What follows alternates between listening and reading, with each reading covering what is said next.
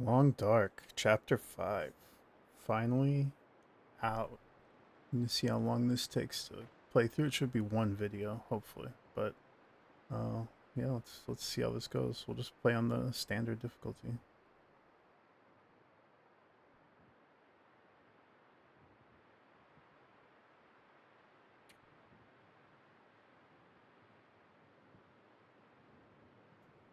I'm gonna let it play the little recap because it's been a minute.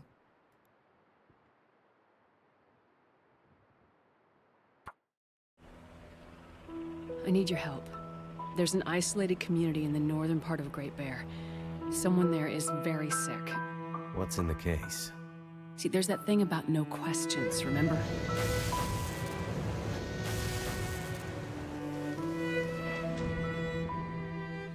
I'm looking for my friend.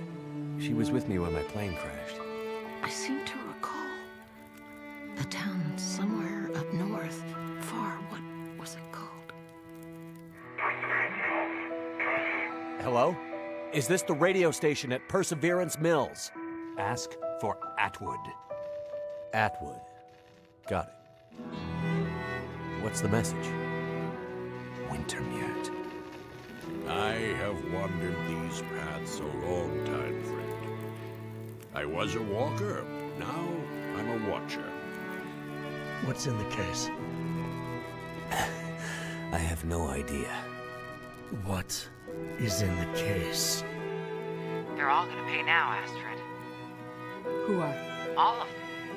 We've been in the background, in the shadows, invisible, overlooked for too long. Well, well. Look what my guys found while investigating the old parts of the prison. Someone is seriously fucking with me. Wake up, man. This is all about Donner. Don't you get that?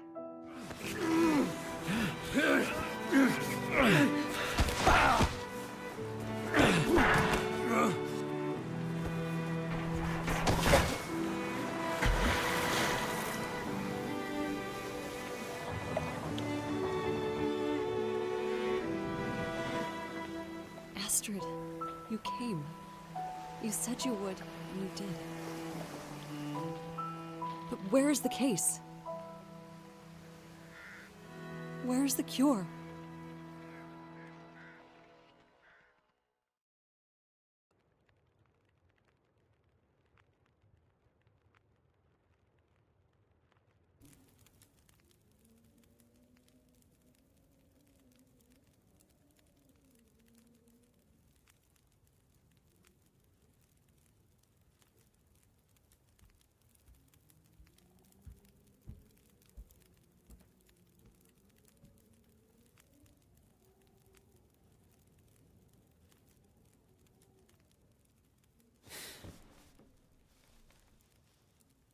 Jack?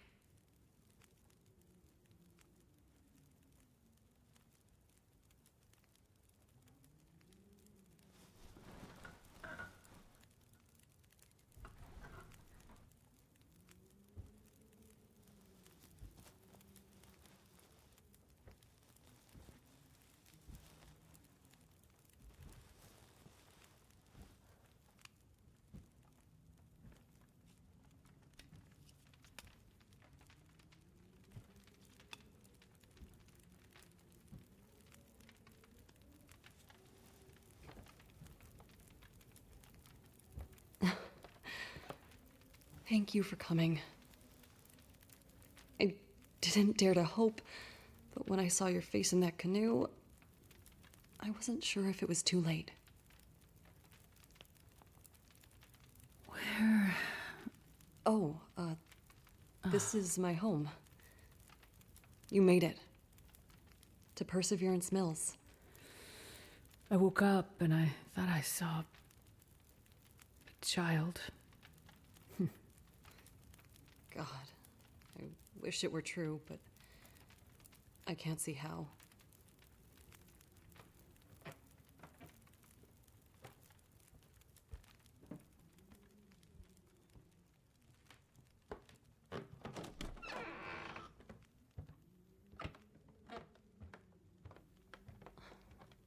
My little sweet Freya. It's gotten worse since we last spoke. She's been asleep like this for days now. She comes out of it once in a while and seems completely lost. The other night I woke up and she was standing on the porch, door wide open, like she was going to take a walk. She was freezing. But she wasn't awake. It was like sleepwalking. We knew these symptoms might come. Did you bring the treatment you promised? I did bring them, but on the way here, the plane came down in the mountains. I got separated from Mackenzie. I'm sure he has the meds, and I know he's trying to get to us. We just need time. He'll get here. Astrid, I'm not sure we have the time. Whatever happened to Freya seems to be affecting others in Perseverance. Dr. Larson set up a quarantine about a week ago when the power first went out. But he's gone missing, and the whole town is afraid. Quarantine? Yeah. He thinks whatever is going on might be contagious. We've been trying to reach other towns on the radio, but nobody's responding. Something's happened to the power. But also, it's more than that. I can't explain it yet, but it feels big. People are getting frantic. Most are scared to leave their homes. Some are talking about breaking quarantine. The doctor must have had a good reason for establishing it. If it is something contagious, we need to keep it from spreading further. I think we have bigger problems. People have gone missing, and a couple have turned up dead.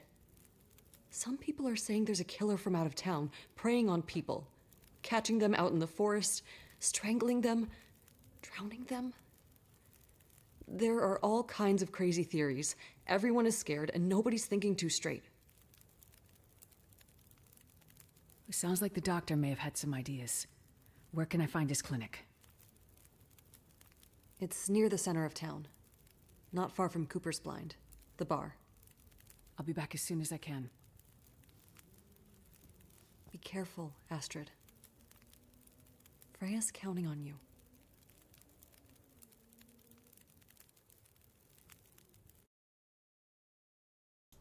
And that's bug number 1 is it plays the cutscene and doesn't have the background music. I don't know if I had a setting turned on for streaming where it cuts the audio for copyright or not, but it just absolutely is not playing any of the audio.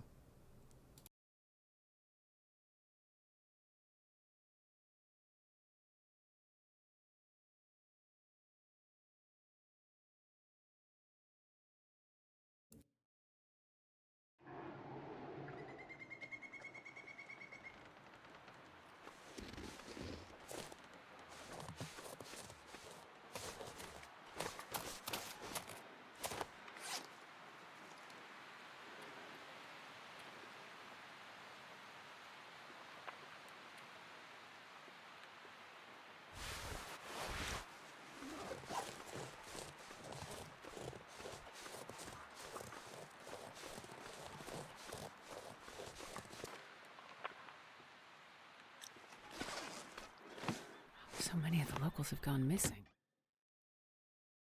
Damn quarantine. What the hell was Larson thinking? Well, what's he supposed to do? People are scared. Is a quarantine supposed to... Ah, welcome to Cooper's. Haven't seen you around here before. Right. I've been staying with a friend. Ah, right. You're Jane's friend from the mainland. The one from the canoe. You feeling any better? Yes, thank you. I'm looking for the doctor, Larson.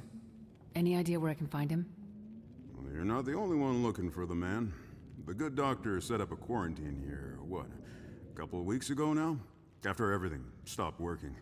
Said strange things were happening. People going missing, weird stuff. I'm not sure. He's usually such a level-headed guy. It's not like him to just disappear in the middle of all this. When was the last time anyone saw him? It's been days at least. It's a bit hard to keep track, honestly. Every day another refugee from the cold, or 3 showing up and camping out here at the bar. I'm sure they appreciate having a safe place to stay. Well, most of them wouldn't stoop low enough to pass the threshold in good times, but I don't hold it against them. I'm happy to be able to help, as long as there's wood for the fireplace and booze for the patrons, that is. At least I don't expect the wood to run out. Well, if you have any suggestions for where I can start looking for Dr. Larson. His clinic is just up the street. He leaves a spare key at the bar in case of emergencies. I'm sure he wouldn't mind giving a friend of Jane's a chance to look around. He's almost family to them after all those hours sitting by Freya's bedside. Thanks. I'll start there. Might be worth taking a look at the constable's office, and the co-op too. This is a small town, so news and drama tend to show up in those places first. Got it. Thanks. Stay safe out there. And watch out for the mill workers. Someone tried to burn the place down about a week ago. They're convinced it's the same person running around murdering people in their sleep. So they're a bit on edge. You don't sound like you believe in the murderer theory. Not my place to say. I mostly listen to people and keep my opinions to myself. I will say that I've lived here for years. A remote place like this is dangerous by nature. We're always only one careless step away from a very bad situation. It can bring out the worst in people. Thanks for the key. I'll bring it back when I'm finished. You stay safe out there. And if you get too cold, feel free to come back to warm up a bit. I'll keep the fire going as long as I can. Thanks. I'll be careful. Did you hear about Nathan? Jen said she woke up and he was just gone. What? Gone? What does that even mean? You out of here.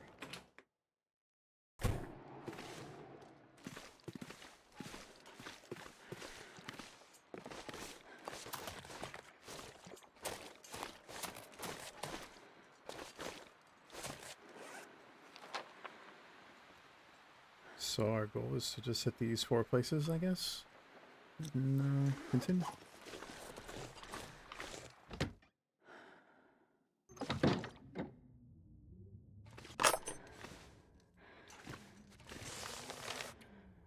Patient Jacob D.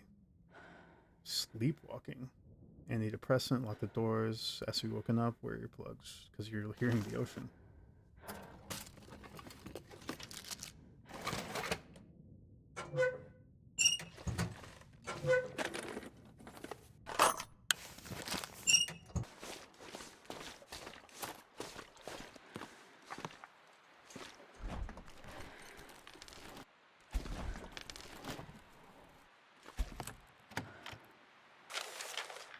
If you need supplies, write them down. Remember to bring the key back. For serious emergencies, Shane and Gary are first responders, point of contact. Thanks, Dr. Larson.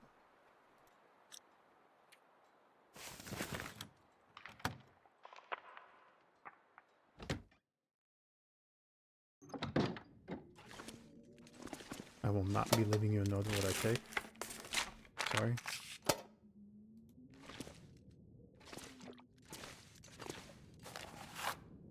Keep locked. Different handwriting. Keep the windows open. There's dead people in there, huh? Dead open inside. Don't open inside. Dead inside. Medical documents. Brain scans received from Jacob, Claudia, Frey, and Ben. Dementia. How do you see it in children? Cannot be dementia. Not this sudden. Whatever it is, seems to be affecting weak or fragile people, for now at least. Diagnostic tools remain inadequate for this strange malady. Some of these findings feel... I have no rational explanation for my patient's altered presentation. All that is left is the irrational, and I do not want to go down that road quite yet. Ever since the night we lost power, everyone has looked to me for an answer. But my limited journals are useless without a connection to the mainland. I will press on, but I fear it is time to involve law enforcement. In whatever fashion the law remains on this tragic island, in the middle of this catastrophe. Doing my duty, I will pursue the leads that I can, as I can. I have enlisted the local constable as well. He is here lately on his usual rotation, if also eager to leave once he saw the basic quarantine I pushed for. But he is hardy, and he seems dependable enough. We will see.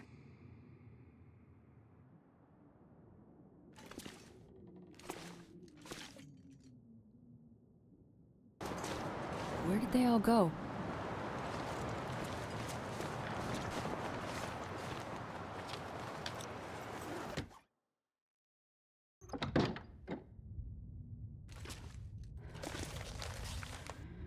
Logbook. Heading out on a grid search, none of the locals offer to help. These blasted lights in the sky keep coming and going. Power only comes back on at random. Local doctors quarantine. They want to break out. Doctors vanished, along with what looks like half the patient summaries. Heading up the riverway into the wildlands. There's a boat the previous constable stashed up there. Old launch on the far bank before the choke point into town. Plan uses to go down the river, return to the coast if things go bad. No radios, no GPS, no backup, no choice. Signing off.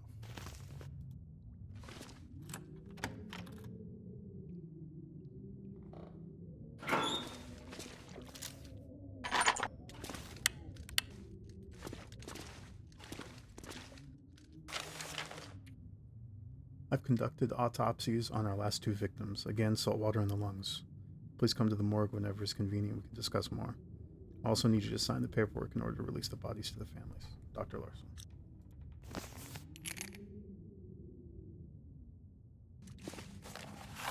Handwritten letter. Dear Constable Pete, please find me when you can. My husband, Martin, has gone missing. Happened last Friday. Woke up and he was gone. The front door was wide open, snow all over the carpet, and he didn't even take his coat. It's not like I'm to leave without saying anything, but he's been sleepwalking these past few weeks.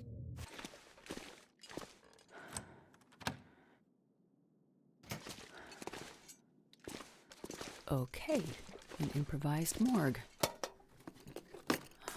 Looks like Dr. Larson did his best to maintain some kind of quarantine protocol for these bodies. Being such a remote location. I hope you find this note. I don't know how to contact you while you're away. I know you tell me to wait for you to handle it, but I can't lose another patient. They've all trusted me, but with Jacob, I thought there was still a chance to bring him back from wherever this syndrome is taking him. Still a chance someone out there is preying on these poor people deliberately. I've only started to see a faint pattern to connect the dots. I see now that for each of them, it started with insomnia, confusion, weird dreams. I was the only one who could see that connection, but I saw it too late. Now more people are missing. I'm afraid it's spreading.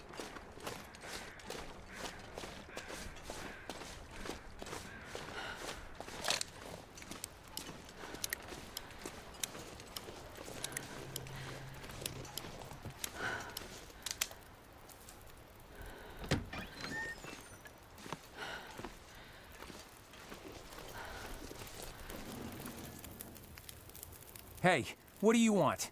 Hi there, I'm just looking around. Well, don't be doing that. Easy, Jean. She looks harmless enough. Trust no one, that's what I say. You guys guarding the mill? Yeah, can't be too careful. You're obviously new here, so let me fill you in on the situation. Someone's been going around murdering people, and that same someone is trying to burn the mill to the ground. Come on, Jean. You sound so paranoid right now. How else do you explain what's going on here? Could it be that the events are unrelated? Events? Unrelated? What are you, a cop? A doctor, actually. You a friend of Larson's? No, I hear he's gone missing. Yeah, missing. Like all the others. And the dogs. Holy shit, Jean. You're too much. What? You think it's all some kind of coincidence? I mean, I don't know, but it seems a bit far-fetched. Can I take a look around? Maybe I can help figure out what happened. No way, lady. Nobody's getting through these gates. Not until whatever crazy asshole out there is behind bars. Or even better. Hell, Jean. When did you get so bloodthirsty? Look, nobody messes with the mill. Nobody. Without this place, we have nothing. No reason to be here. The town would just disappear. You're so dramatic. I'll leave you to it. Be careful out there, lady. Weird shit is happening. I'm sure everything will go back to normal once the power comes back on. Yeah, and I plan to make sure there's still a mill left when that happens. I'm telling you, you have to stop listening to all that paranoid conspiracy shit Terry's always raving about on his radio show. Radio show? Yeah, Terry runs his own personal radio station out of the old radio hut above town. Mostly plays music, but occasionally when he's been smoking a bit too much, well, let's just say things get a little crazy with his theories. Listen, that guy knows what he's talking about. No, that guy thinks he's living in the X-Files or something. Trust no one! Come on, man. Trust no one.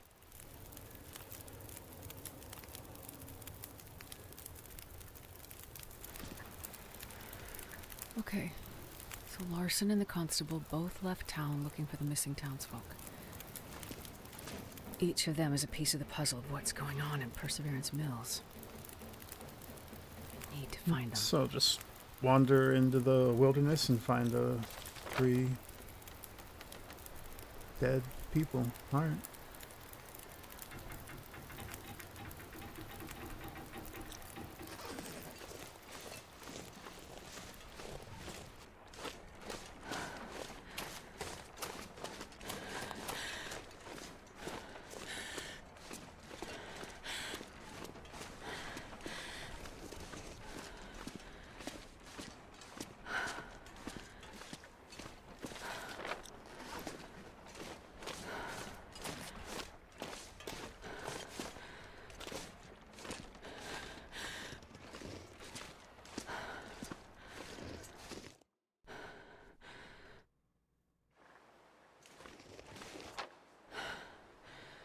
No markers on the map.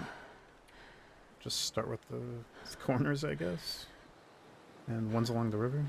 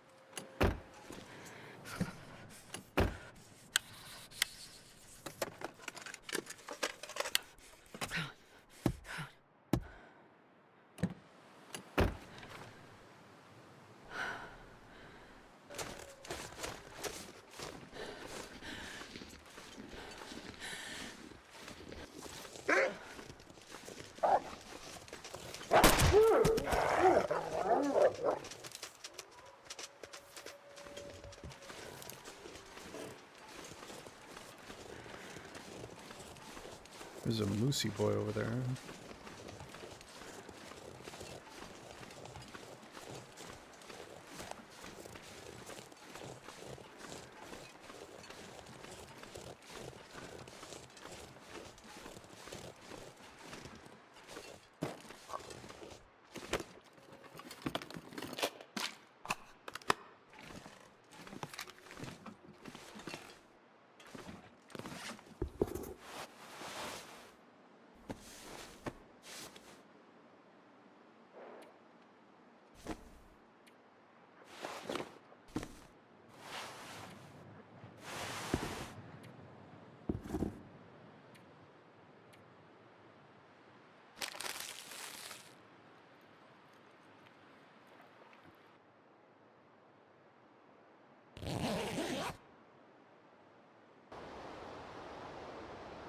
So one's along the shore.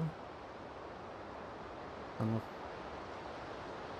Just have to search a shore spot for a boat. I assume I can go all the way down here.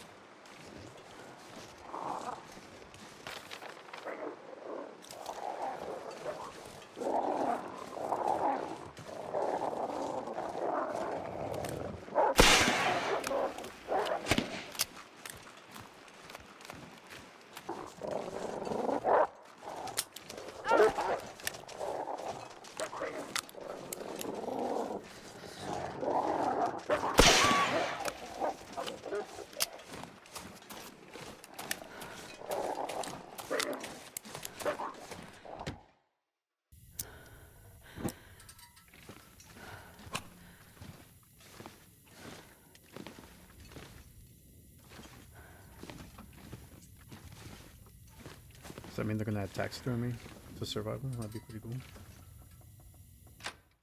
Trapdoor.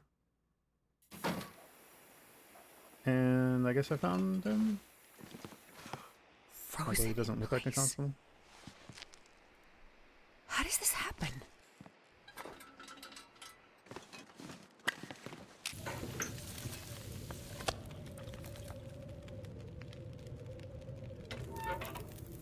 I'm not sure I can carry much more.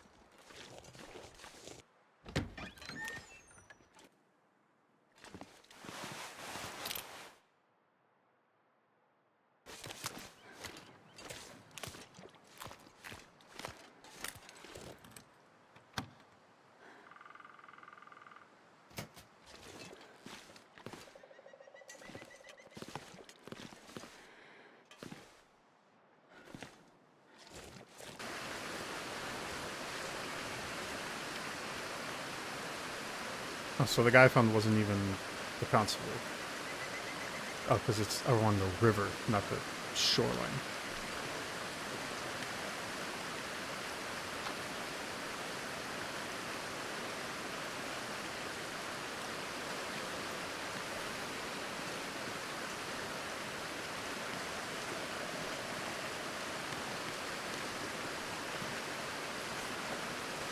Jesus, this is cold.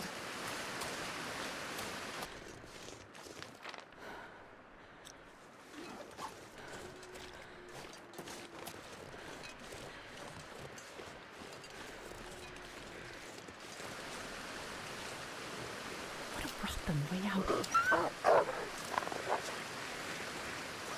You are definitely more constable-y. I've seen hypothermia do weird things to people, but this feels like something different.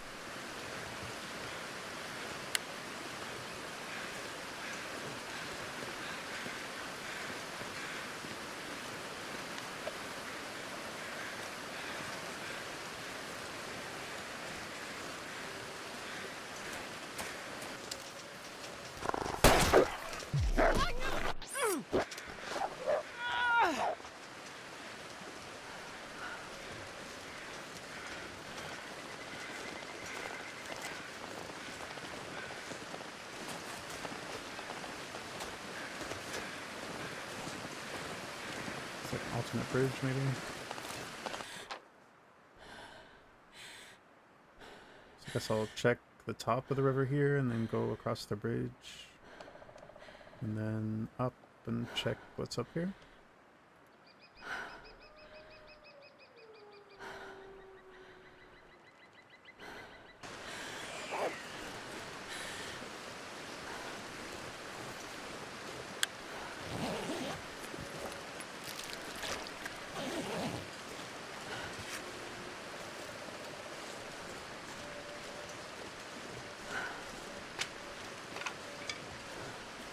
I wonder if I can drop any of this gear.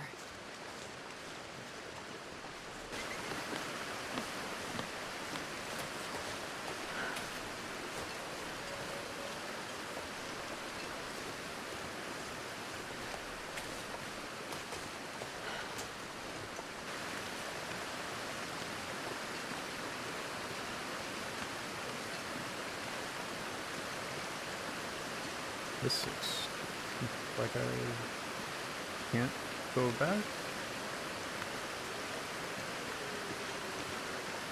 I don't think.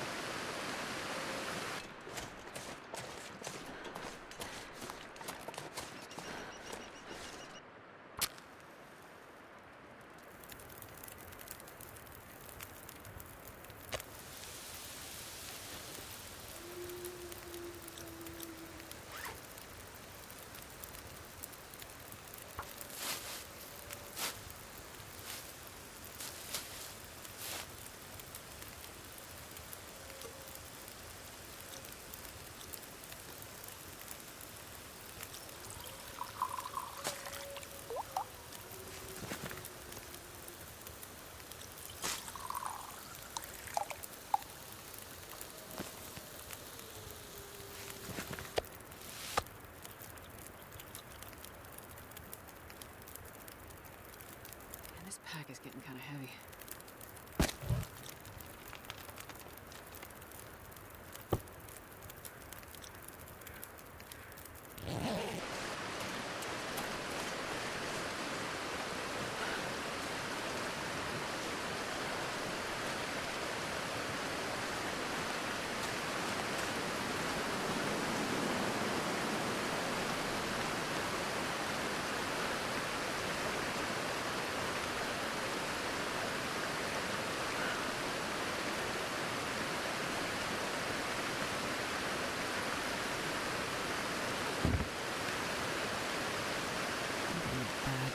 These missing people.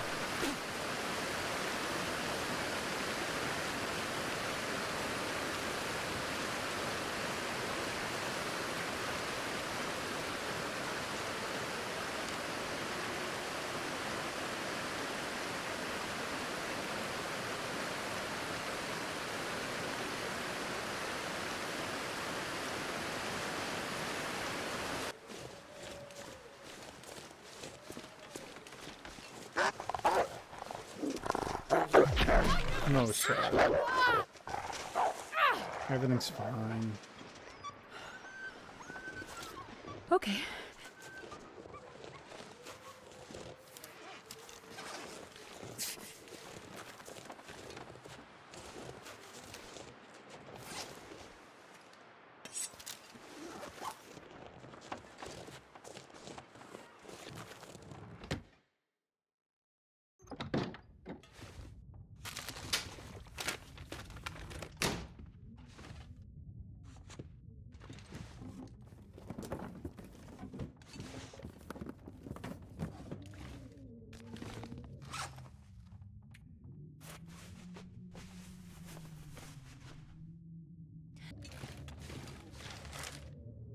I gotta get out of here. Nothing in here is helping.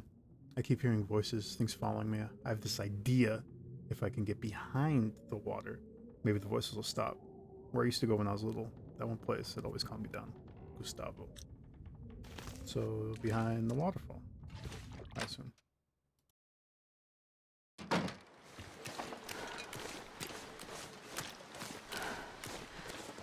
Perfect.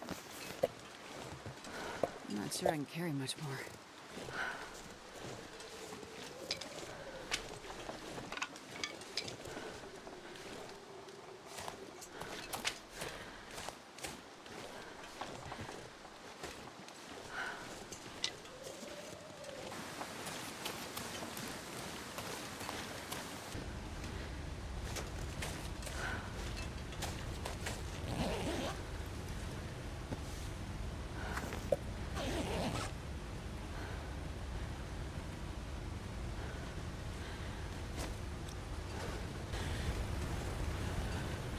I can imagine getting lost and freezing to death in the night. But this seems different. What the hell happened here? I need to get one of these bodies back to Larson's clinic. An autopsy's the only way I'll...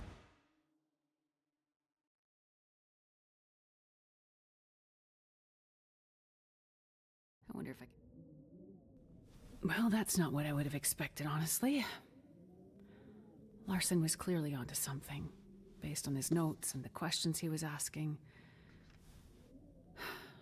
And those other bodies, the other missing people he mentioned in his notes from months ago. But how do they connect to these new bodies? What I can't figure out is that there's no obvious external cause of death. Nothing you'd have expected. No predation, no obvious injuries. If not for... I'd have said something maybe like a heart attack or hypothermic hallucination, but this body, it's like the others in Larson's notes. This person died with water in their lungs. Salt water. They drowned. It makes no sense.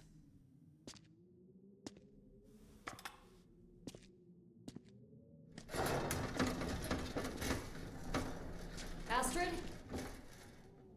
Over here, Jane. There you are. I found some of the missing people. Any of them still alive? Unfortunately. Okay. And? I just completed an autopsy. And what I found... well... it doesn't make sense. Does it have anything to do with what's going on with Freya? I can't be sure. But until I know more, just stay close to her, okay? A friend is with her right now. Go to her. Stay with her. Don't let her out of your sight. Astrid, you're scaring me. There's just too much about this situation that doesn't make sense. You sound like you know what's going on. I don't. But I'm starting to build a theory. Well, while you do that, can you check in on Terry? Terry? Yeah, our local DJ. He's really just a kid from the city, but he's been running a radio station from the old hut outside of town. Wait, is this the conspiracy guy? So you've heard of him. Some people in Cooper's mentioned they hadn't heard from him in a couple of days. They're worried, and Terry's the one broadcasting the quarantine message. So if we want anyone to hear it and come to help... I get it. No message, no help. I'll take a look. Be careful, Astrid. Get back to Freya. I'll be fine. Really, be careful. I don't know what we'd do without your help. Okay, now to find that radio hut.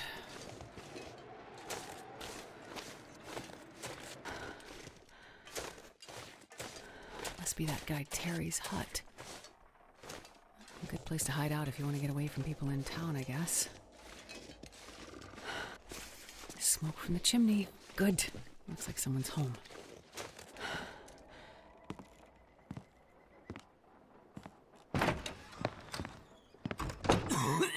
Look, I'm gonna bring them back, okay? I promise. Excuse me, are you Terry? Yeah, look, you didn't have to come all the way up here. I just need them for a bit longer, and then I'll bring them back. Wait, you're here about the batteries, right? Batteries? Yeah, car batteries. I just needed some fresh ones. It's like 9 out of 10 are completely fried, so it takes a while to find enough to get it working. I'm not here about the batteries. Okay, so... Wait, who are you anyway? Get what working? Huh? You said it takes a while to find enough batteries to get it working. Oh!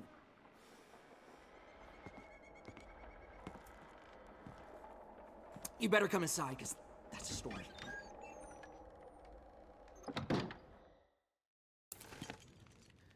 Okay, so about 10 days ago, Doc Larson asked me to start broadcasting a quarantine message. He was worried about what he was seeing in the town, some weird sickness, people going missing, something with the dogs, too. You know, it's not the kind of thing I usually do with the radio, but I could tell it was important. So this is before the power went out?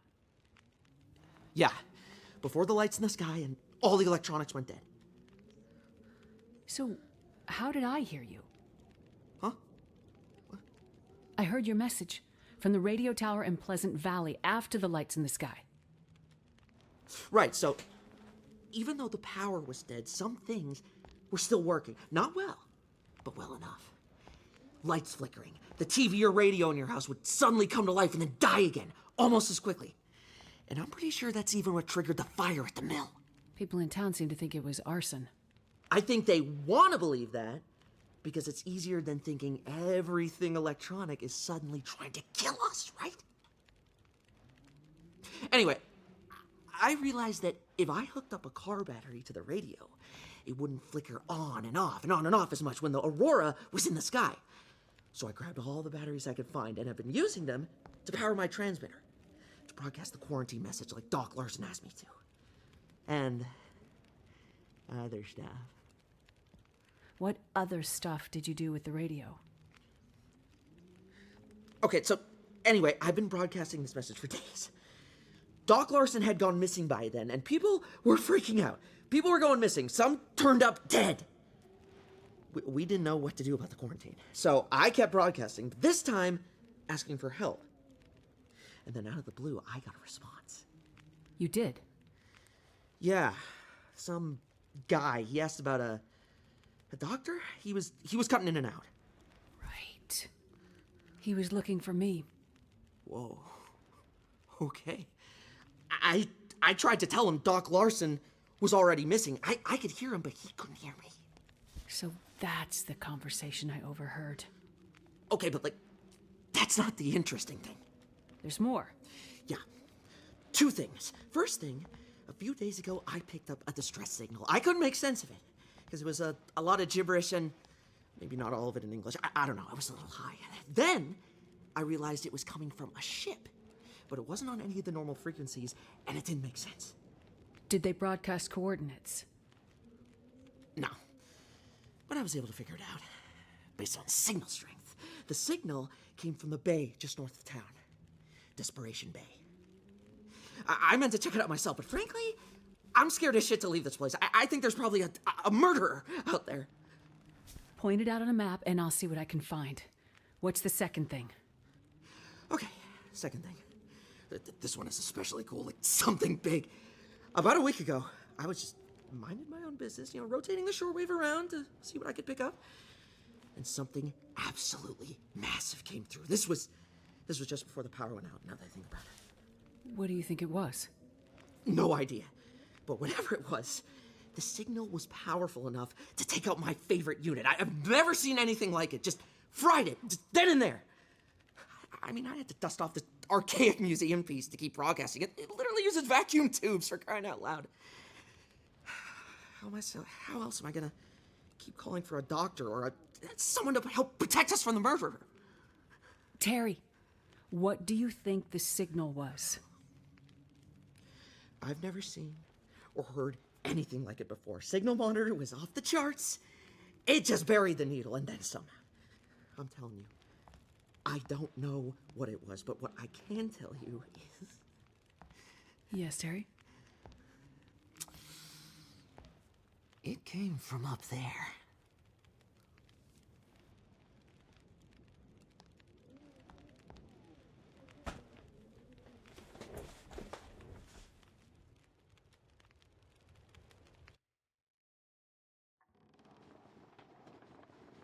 Okay, cargo ship, mysterious radio signal, Desperation Bay.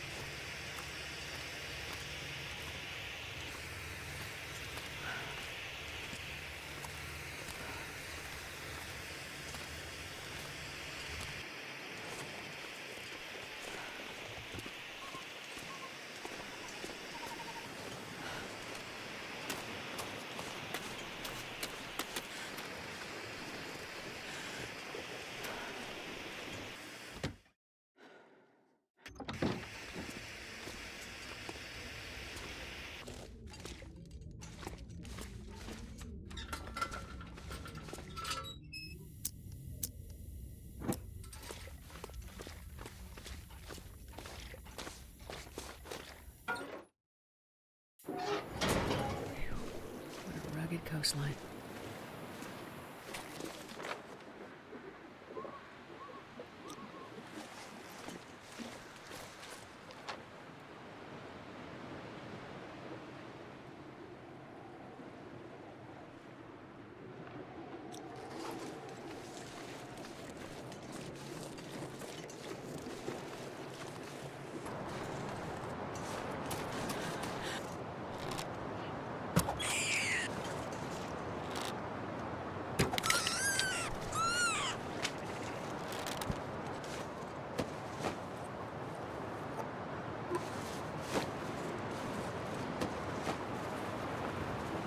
This stuff will come in handy.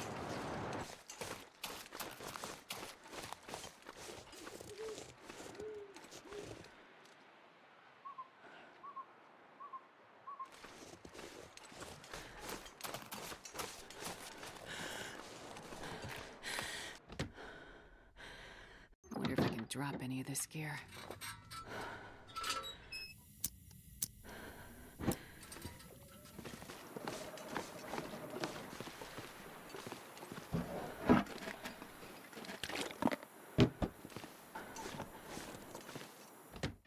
Hold 'em. Warming up a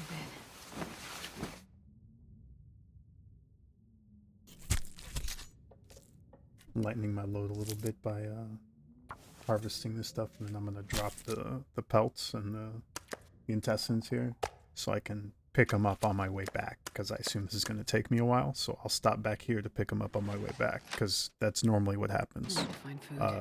That's foreshadowing.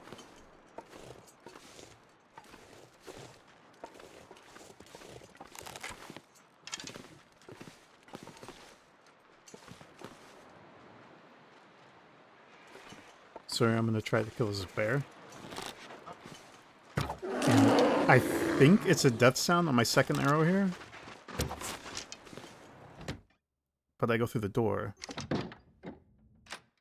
And then I thought it was a death sound, so I go back out and... Vamonos.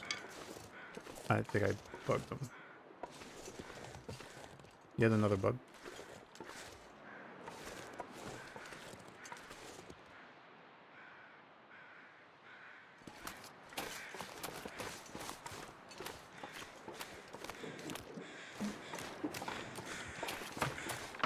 Close one, although I'm on the snow, but still falling. Surely that'll be the last time I fall into the water, though. Surely.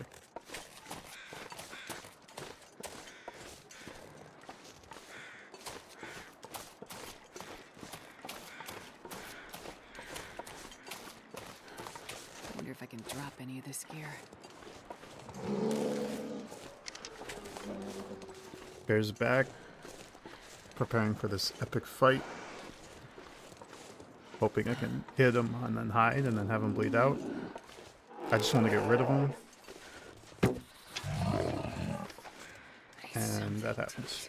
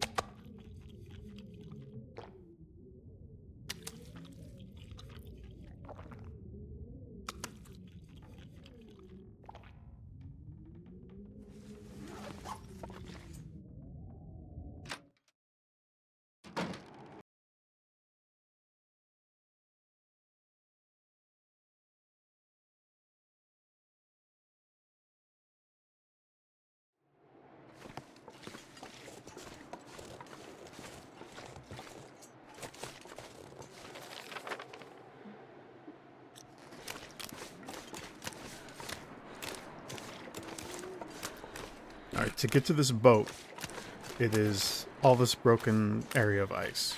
And if you walk on the thin ice too much, it'll break. It wants you to take a specific path, absolutely not clear where it is. The voice notes weren't very much help. Gotta backtrack and try again. And I think I fell into the ice maybe 10 times, and I think I died a couple times too. Not this way. But I promise I do make it. Try again.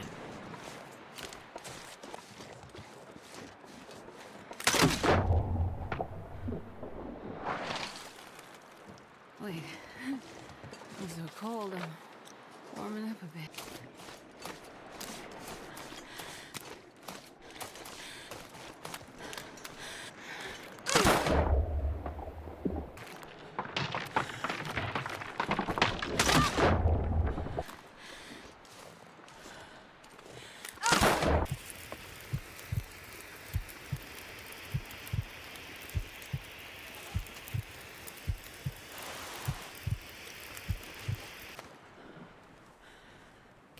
Out the ship's name. Looks like Katsumaru. Sounds Japanese. How the hell did he get all the way out here?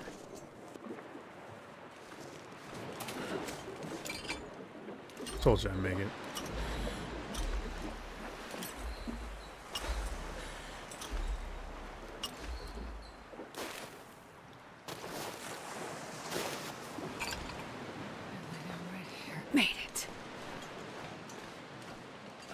Is anyone there? Damn. This place is spooky.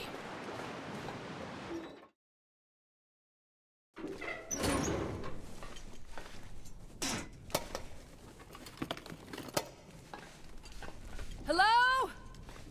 Anyone? Alive?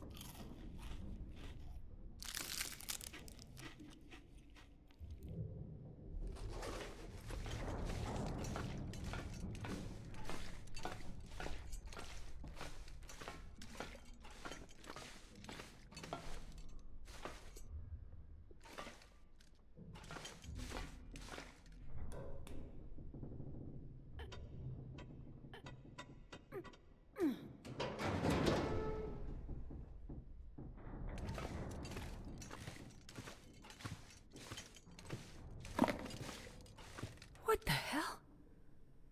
Why was this person tied up?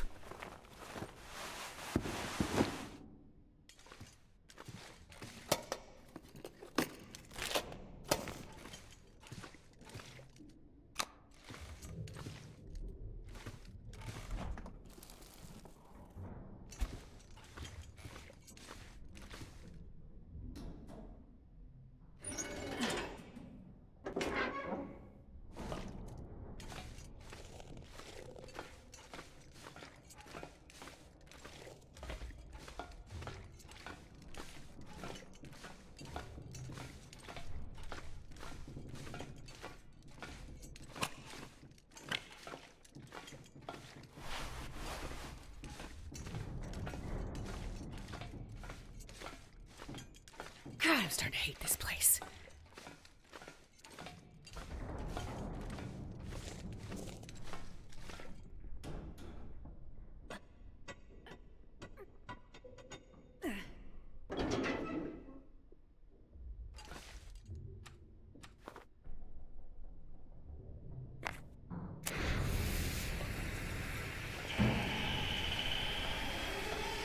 What was that sound?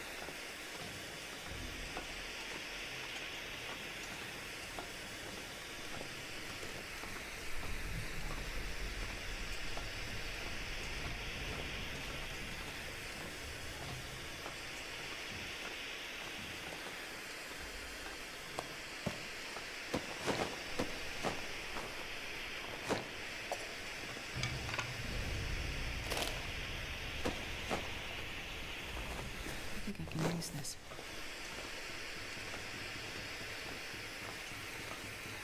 More people tied up? What happened on the ship?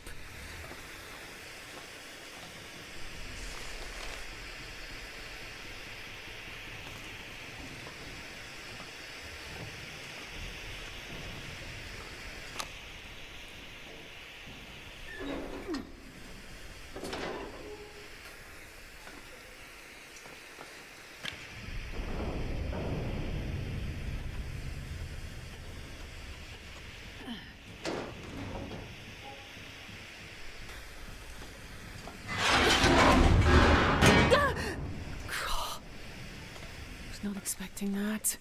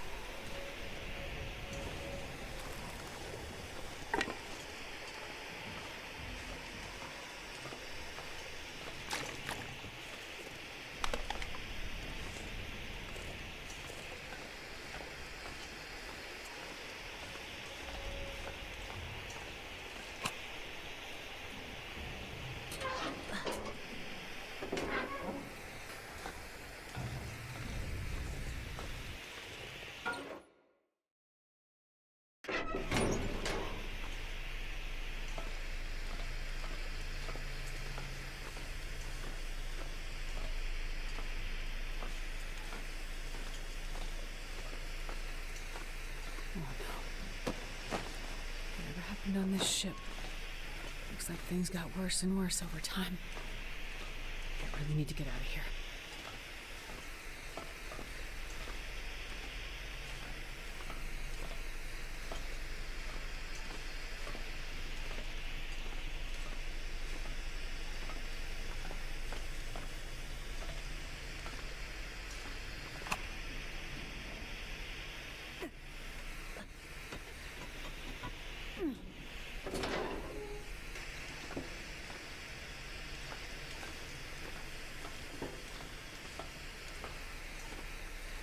Looks like signs of a struggle.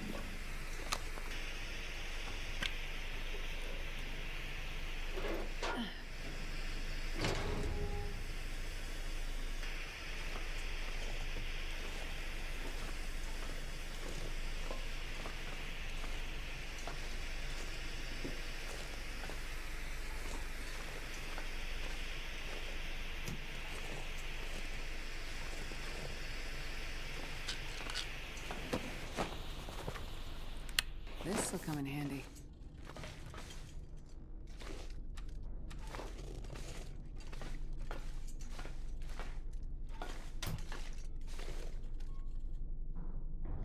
Feels like a frozen tomb.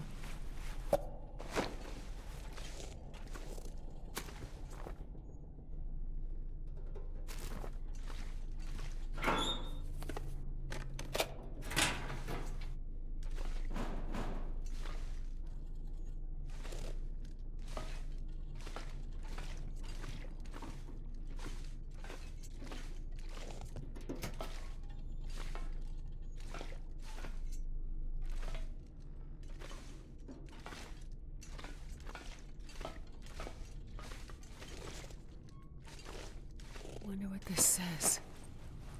Well, this stuff will come in handy.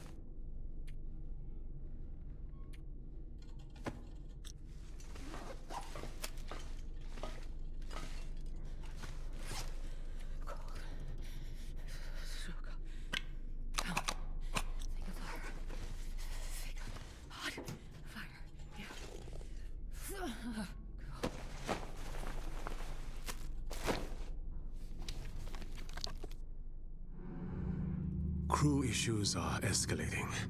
Personality disorders, ongoing insomnia, bizarre lapses in judgment. The new captain has tasked me with resolving the situation, but none of my interventions have had any effect medically. Only strong sedation has kept some of the crew from self-harm and emotional breakdowns. Talking and writing has seen some benefit, if only for camaraderie. But I'm no psychologist. Their sense of self, of their relationship to time and identity, all dissolving. The captain seems intent on keeping any estimate of rescue or landfall to himself. And without more help, I don't see a peaceful end to what is taking place among us.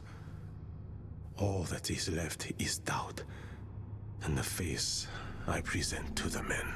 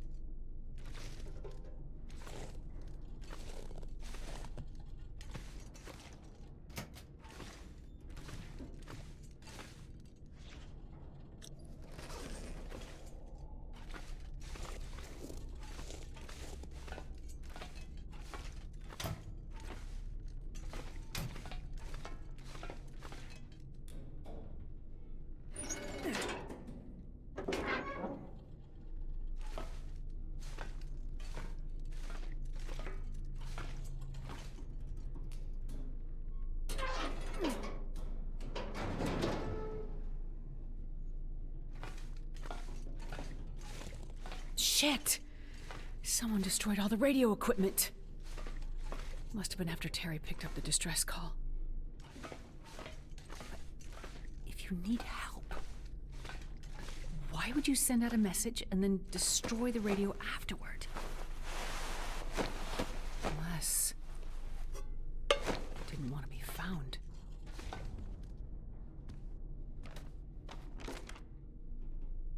Okay, I'm no sailor, but best I can tell, the ship was passing well north of Great Bear Island until about 3 weeks ago. Based on the chart, the originally plotted course was modified multiple times until the last coordinates plotted on the map, which is still over 500 kilometers north of here. Was the ship lost? Did something happen to the engines? Or maybe the navigation equipment? Okay, at some point they must have lost power like everything else. And then they just drifted here. Very, very far off course. And someone kept updating the chart with their best guess of their current location. So the boat drifted without power for a while. Yeah, but it doesn't explain anything about what happened to the crew.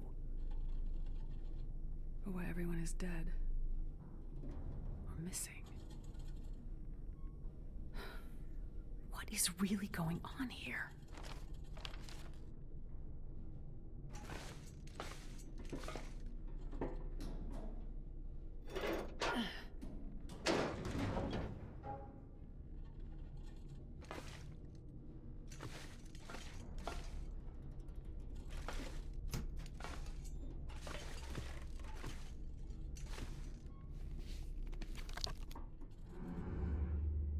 Best I can tell, It's been 14 days now since they picked me off my trawler.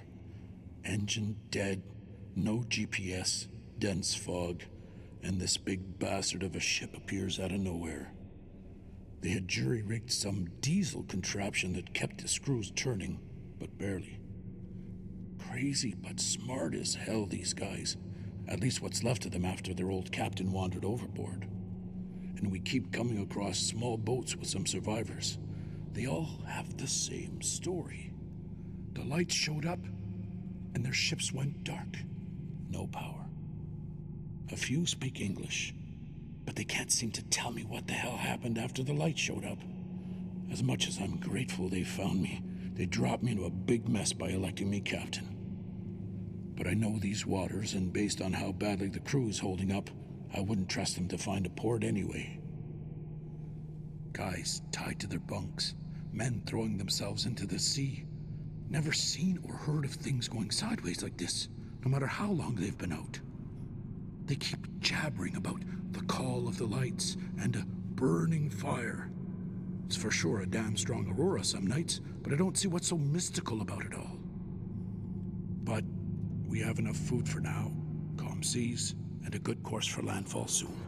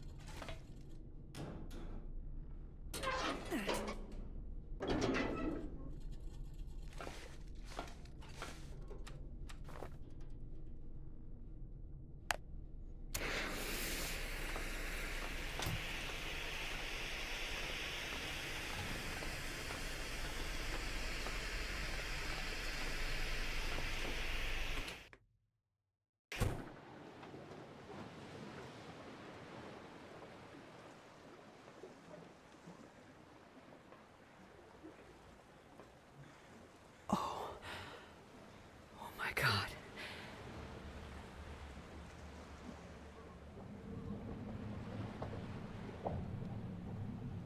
What happened here?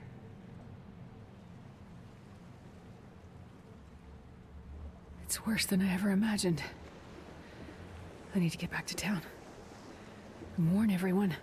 And don't forget to stop and pick up those pelts and, you know, the intestines on your way back. Or, not, I guess.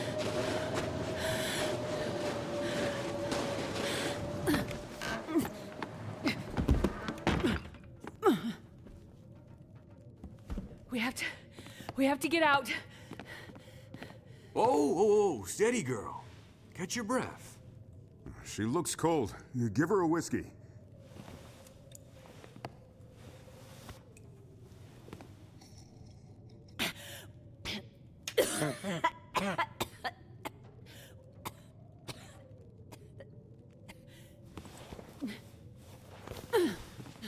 Let's try that again. We have to get out. The aurora, the lights in the sky, the missing people, the ship, they are all connected. What's she saying? What ship? She isn't making sense. The cargo ship, the Fukatsumaru, stuck in the ice in the bay. The missing people, all called to the water, trying to drown themselves. The ship's crew and passengers, all dead. The aurora singing to them. We have to get out. We need to find shelter somewhere inland, away from the water. She wants us to leave town in the middle of this quarantine? And with a murderer out there? There's no murderer! Please, we need to go. It's not safe. Maybe she's right. She sounds crazy. But go where? What is she talking about? Drown themselves. What ship? Listen to me. If you want to live, everything that is happening right now is somehow connected to the aurora. I can't explain how, but I know we are not safe here. Astrid! Are you okay? Jane! We need to get out. We need to get Freya and get out. But what about Freya's treatment? You said Mackenzie would get it here. He will. I still believe it.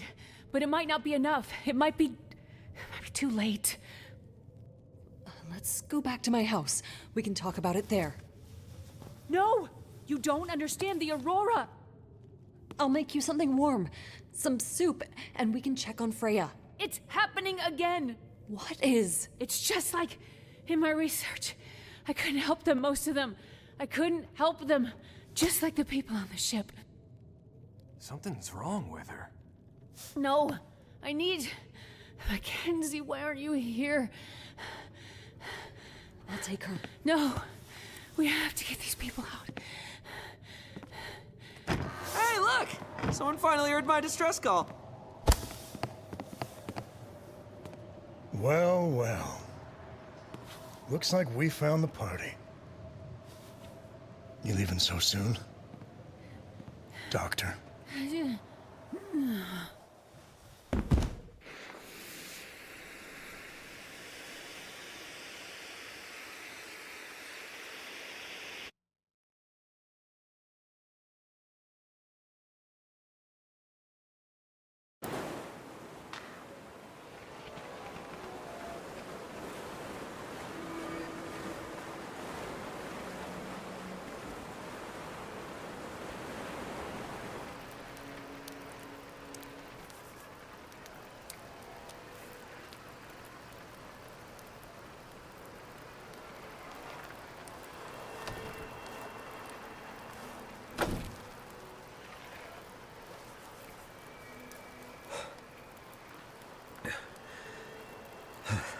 Another night out in the cold. What am I even doing out here? That's always the question, isn't it? What are you doing here? I told you before. I'm here as a witness. And have you found what you're looking for? No. I mean, part of it. But I'm still searching. Yet you have come such a long way. Yeah. I'm not sure I know what for. It's in your nature. Not a hero. Just someone... stubborn enough to keep going. Maybe that's all any of us can hope for. In the absence of a clear purpose. The drive to go on. I have this case. I've been trying to find my wife. Ex-wife. To give it to her. She's a doctor, and she needs it for something. I know it's important, otherwise she wouldn't have come up here with it in the first place. I've gone through hell to get to this moment. And I still have the case. And I'm still looking for her. Why am I doing that? That's a good question. You're no help. The first time I met you, you said, this has all happened before. What did you mean by that? Nature works in cycles. Things change, and living things adapt to the change, or they don't. The lights in the sky, they are a warning of things to come. But what is coming? I still don't understand. The time for people stubborn enough to keep going, even when the purpose or the outcome isn't clear. It's not about what's in the case. It's about how far you'll go and what you're willing to do, not knowing what's in the case. Not about the reason or the purpose, but about doing something, anything, because of what you believe. What the hell does that mean? Who are you talking to? Nobody, Jace. Nobody at all. Go back to sleep. Can't you just tell me what's going on?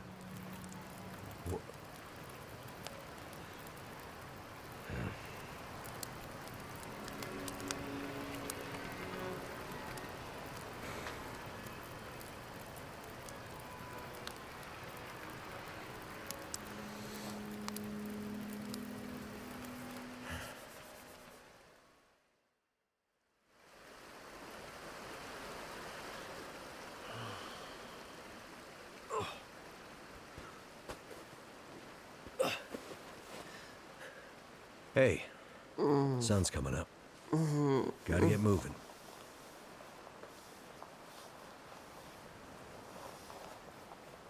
You must have been freezing. I was just having the strangest dream. Oh, yeah? Yeah, I was at the beach. It was summer. My mom and my sister were there. I was a kid, but my sister was grown up. You know, messed up dream logic shit. I was afraid to go in the water, but my mom and sister said, "It's okay. You'll be happy in there." So we all held hands and started to walk into the water. And I felt it come up over my feet, then my ankles, then my knees, then my thighs, higher and higher. I said to my mom, "Are you sure this is a good idea?" She just looked at me and smiled, didn't say anything. And then I felt scared. I looked back at the beach and all the people were gone except for a man. I couldn't see him clearly, he was all blurry. We were already too far into the water, but he was tall and I could see that he had a beard. And a big blue coat, kind of like your parka. And I remember thinking, he must be so hot wearing that parka at the beach. And he called out. He was yelling and waving his hands at us. But I couldn't hear what he was saying. It was like his mouth was yelling, but nothing was coming out. No sound. Screaming silence. And when I looked back at my mom and my sister, they were smiling and singing. But the singing wasn't voices. It was like music from heaven. But instead of making me feel safe, I felt afraid. I tried to pull my hands back to swim to shore, but I couldn't. They were holding too tight. I screamed, but my face was already in the water. My mouth was so full of water, I couldn't spit it out. It was like tar in my mouth. And the underwater was black. But instead of water, it was stars. And the ocean was space. And then I woke up. Well, that's some dream. Yeah. How about you? You sleep okay? Yeah, sure. You okay to walk? I feel like I've been hit by a truck or maybe a train, but I'll manage. We'd better get going.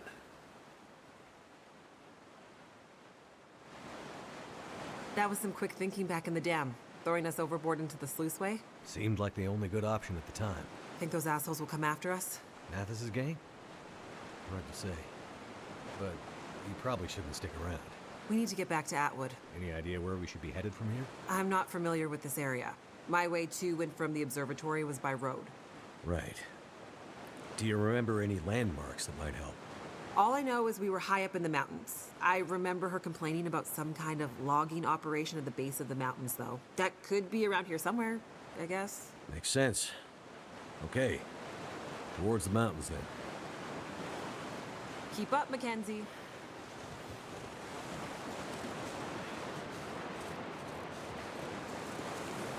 Jace is a character, like walking around in game. It's very cool, nice mechanic.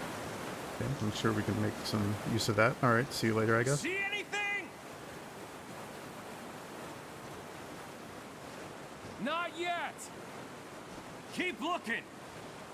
Shit! They found us. Not yet. But they're closer than I'd like. Oh, we shouldn't have slept so long. After Black Rock and the river, we were half dead. Now we're gonna be fully dead. We can make a run for the logging camp you mentioned. Make a last stand? You thinking? I was more thinking maybe we lose them along the way.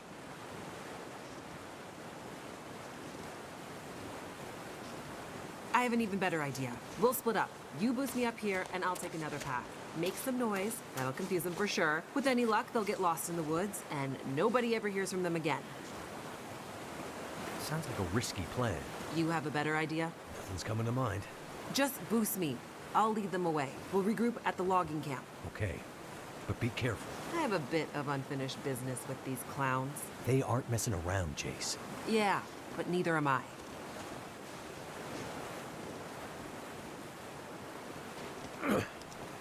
Up you go. Thanks, Mackenzie. You be careful now. Don't worry about me.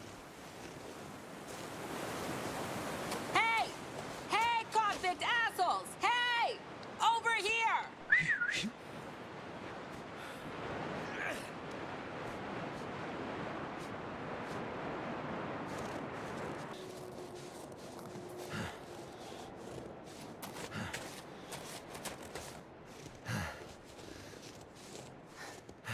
Hey there.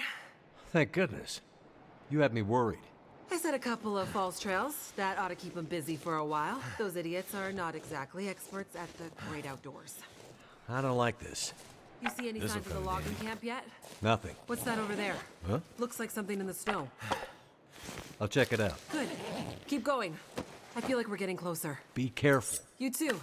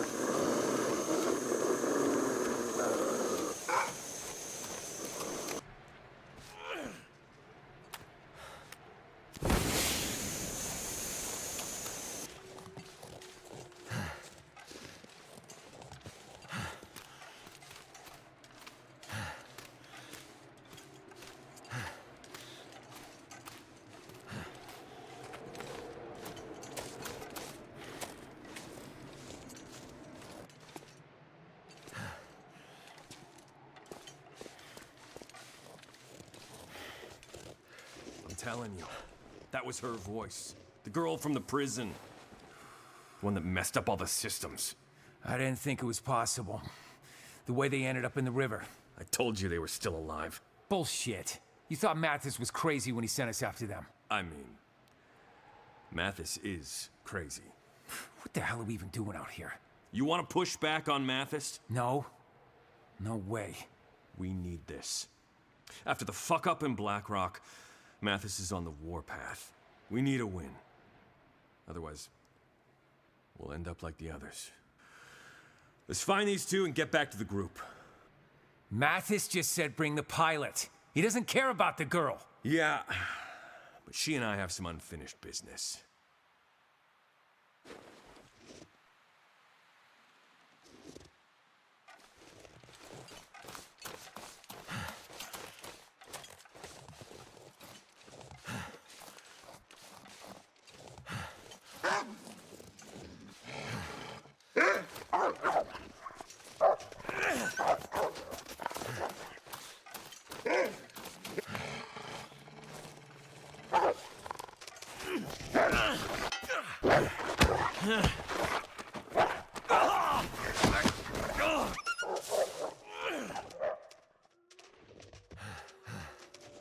Gotta stop that blood loss.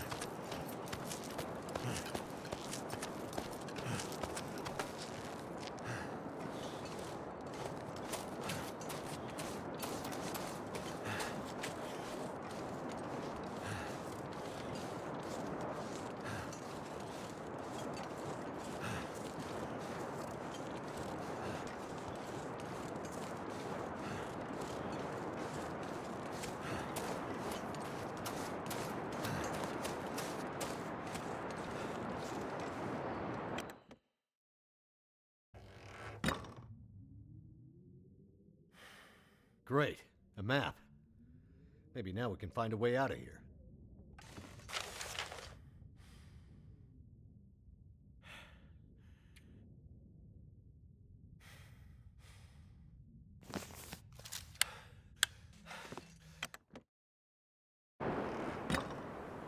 You made it. Yep. Pretty sure I got those idiots turned around for good. Yeah. It's gonna be tough to find this camp in the fog. What happened to you? You look like hell. Are those teeth marks? I met some old friends along the way. What do you have against wolves anyway? I think the better question is, what do they have against me? Good news. Looks like we're heading in the right direction. Right. Great. A mine. Trust me, they aren't my favorite either. I remember Atwood telling me a couple of hikers went missing there last year. Search and rescue got in there but had to give up. Too unstable. And let me guess, we need to pass through it. Well, no, not if we can find another way up and over that mountain.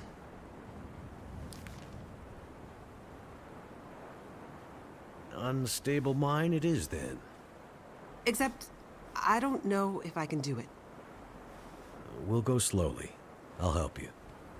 No, you don't understand. I don't go underground. Mines scare the shit out of me. I'm claustrophobic. Okay, then. There's gotta be another way. Well, I guess we could find a way around the mountains. But that would take days. Maybe weeks. I'm not sure we have that kind of time, Jace. Yeah. I'm worried about Atwood. She's been on her own for too long. Let's get closer to the mine and see what we can figure out.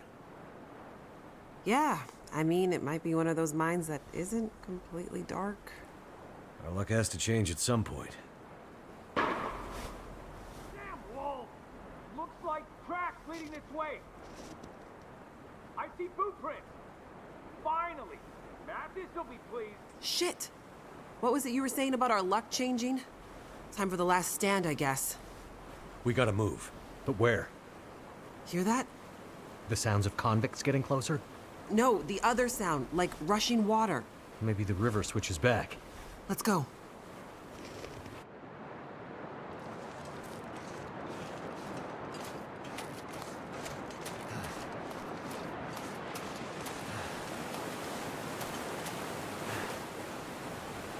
Well, that looks like a terrible idea. I was trying to come up with something good to say, but it looks like a terrible idea. How are you with heights?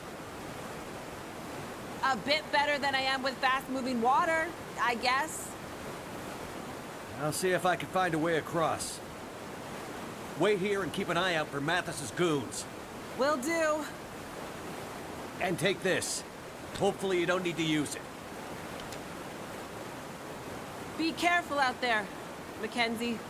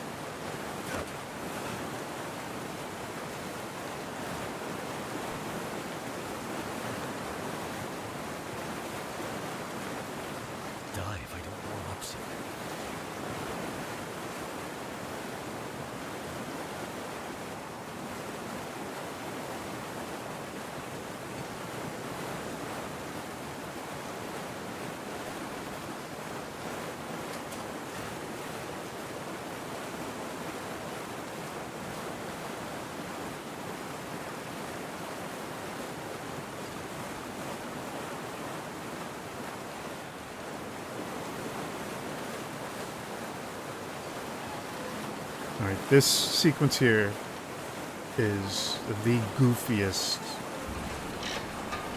story choice I don't know what this is so forced. Everything that happens here, it's like a riddle where you got like the canoe and you got like 2 sheep and 1 wolf or whatever, you know, and you gotta do it, and they just choose to do it the dumbest way possible. I guess I don't really understand.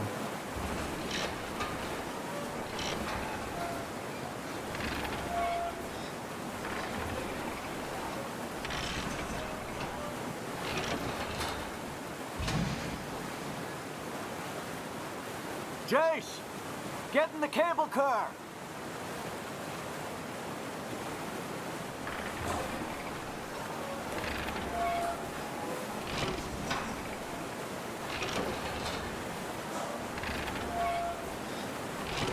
So, obviously the whole thing, for some reason, works together with 1 crank to move boat.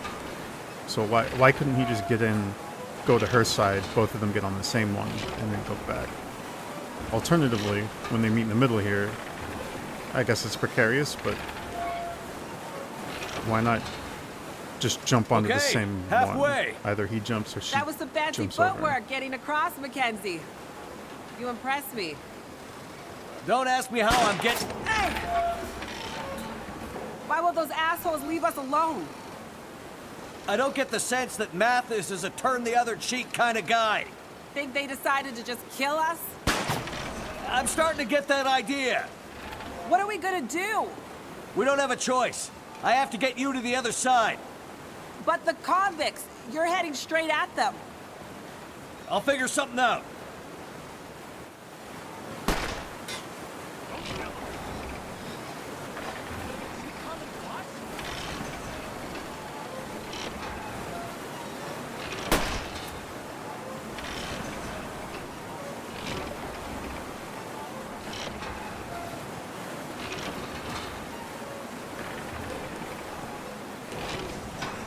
I'm gonna assume these guys aren't in this maximum security prison for violent crimes. Maybe it's money laundering or something, because they can't shoot at all.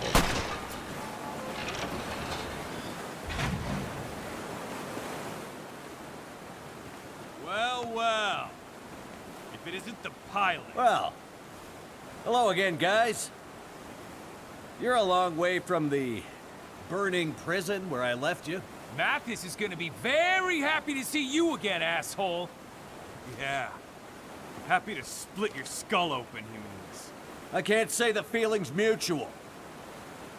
Get out, and let's get going. What about the girl? I told you, Mathis doesn't care about her. She's not the one he's looking for. Look, guys. Shut the fuck up, man. Let's get going.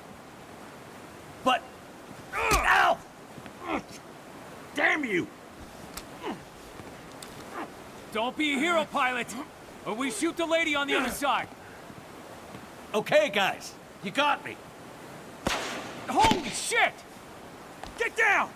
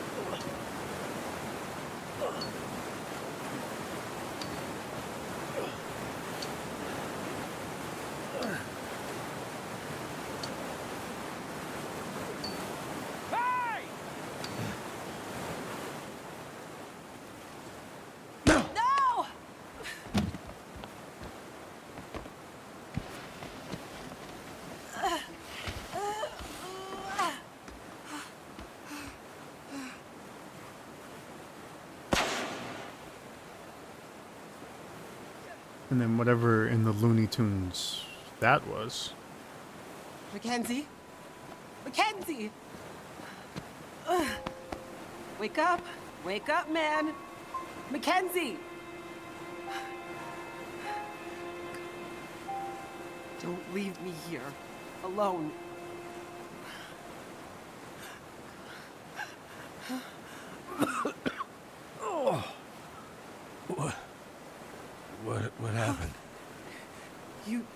shot. I don't think so.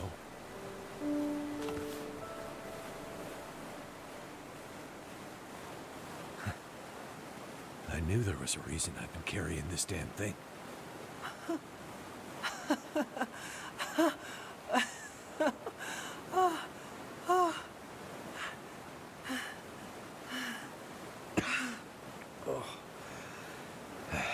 Think we should get out of here? Yeah. Looks like we're going through that mine after all.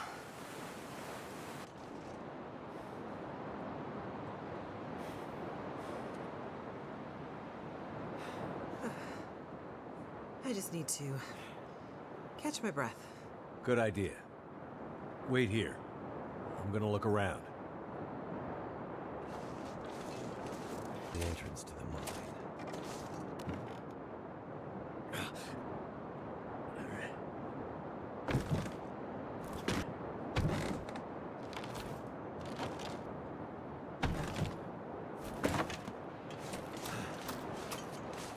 I found a way in. I know. You don't like mines. I don't think you understand. This goes beyond not liking something. I'm terrified of them. Maybe I should stay here, and you can go on and find Atwood on your own. I'll scout ahead. Find some light for us. And then I'll guide the way. I won't leave you alone in there. We can do this. Together.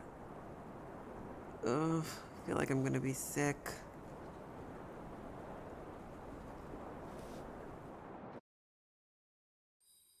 Mackenzie, I'm sorry, but the only way I'm continuing deeper into this mine is if you find a way to light it up better than this. I'm sure there's a way to get the old light system working. Just give me a minute to figure it out. Lights! Thank God. Nice work, Mackenzie. Hope nobody needs this anymore.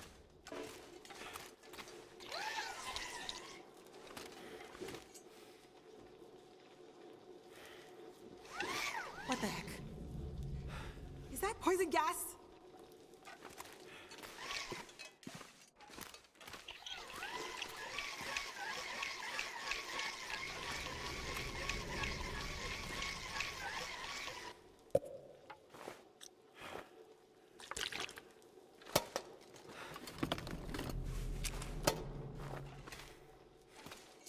Jace. Yeah? An elevator. Let's go.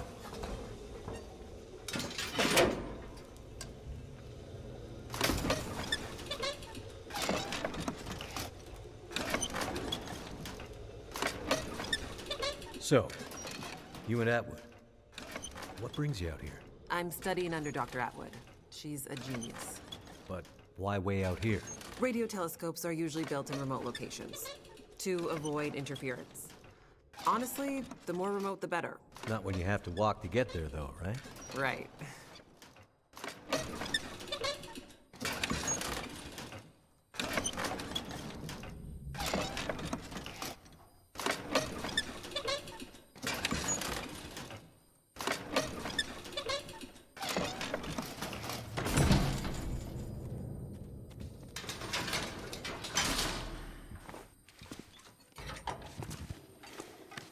Absolute darkness. Poison gas. I'm starting to feel like we're not meant to be here.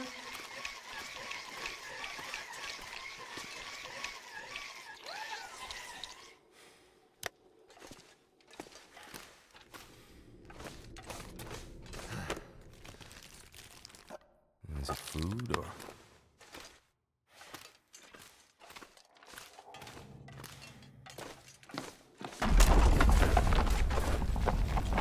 Holy shit. That was a little too close. It's lucky Jace couldn't see that.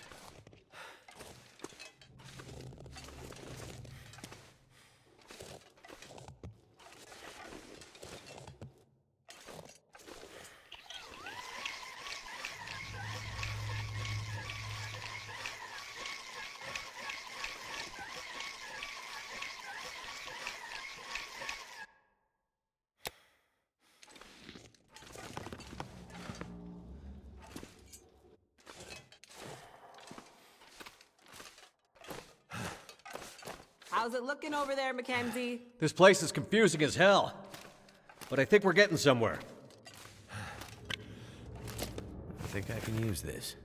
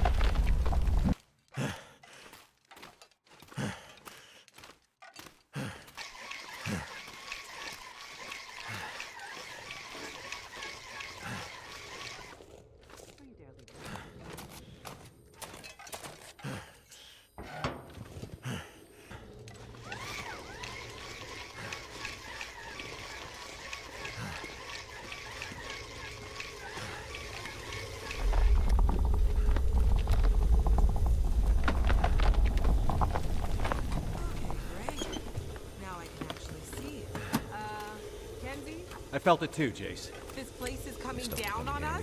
Not if I can help.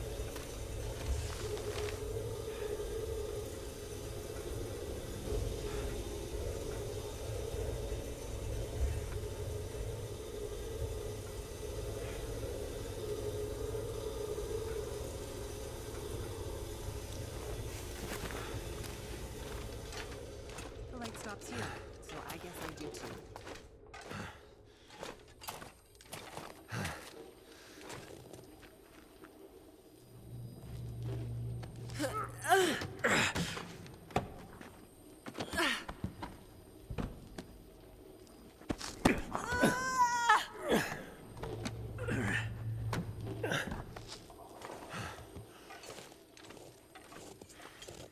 Is that the next elevator? Looks like it. Oh, thank God.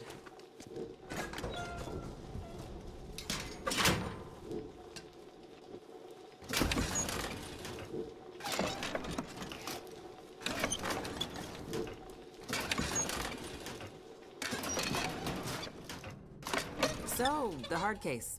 What's that all about? It belongs to my wife. Ex-wife. Must be something important inside. Yep.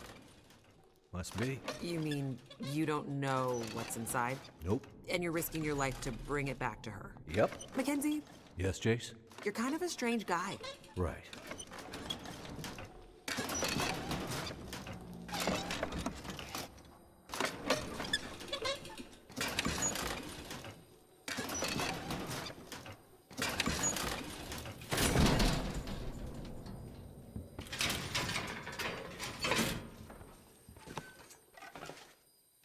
Ah, lights.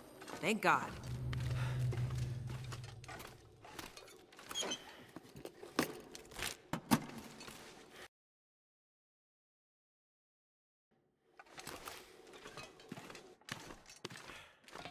Doesn't look like there's another way around. We need to cross this chasm.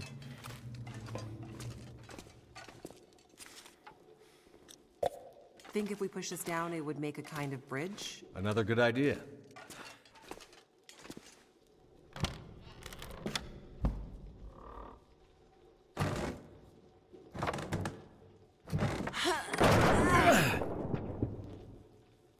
That worked.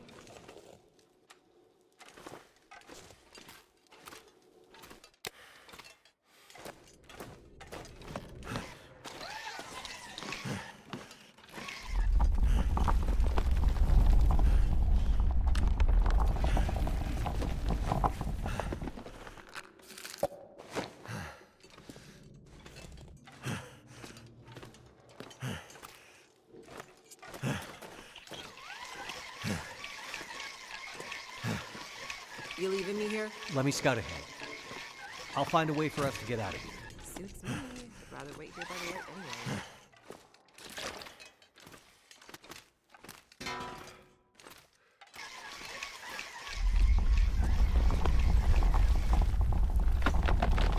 All the shaking and dust and shit is not giving me confidence about this place. In my experience, this is just what mines do. Just what mines do? What the heck is that? Deep Well, breath, at least the Jace. ventilation system is still working in this place. Somehow.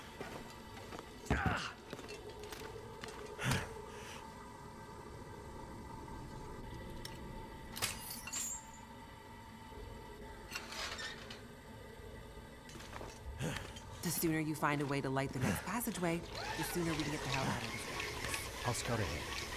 See what I can find.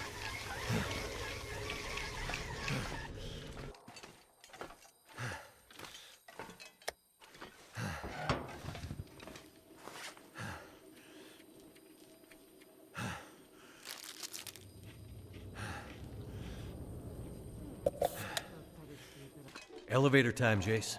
Right behind you.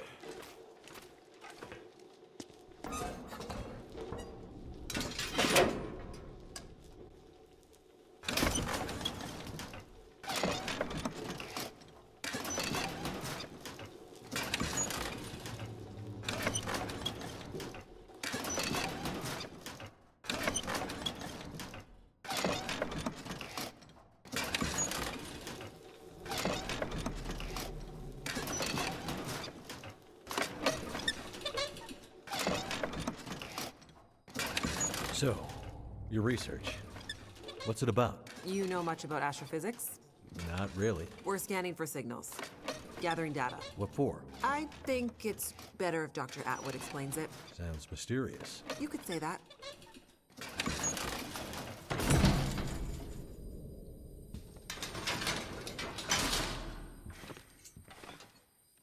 Lights! Great! Now we can really see how dark this place is. We might be pushing our luck, but I wonder if we can get that crane running again. I mean, not without power. Be our way across to the other side. Right. I'll see what I can find. Any luck finding that key? You're Still probably looking. looking for some kind of key. Sure, there's always a key. It's just never anywhere close to where you need it.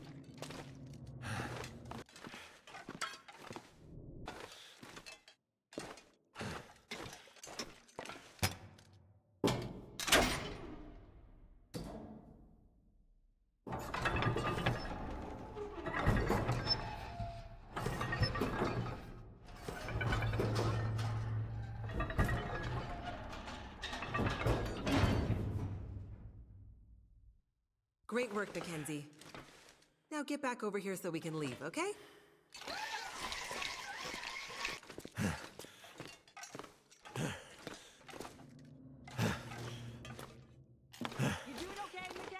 Yep. Keep talking.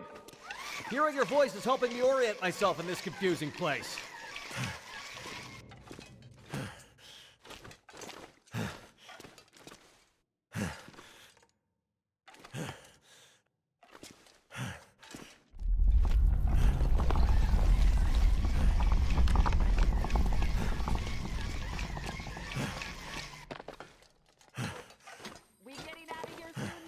The second we can, Jace.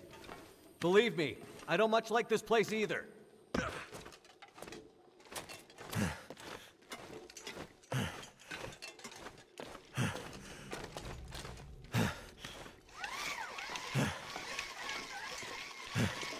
Jace, what's your favorite time? Elevator time. Let's get out of here.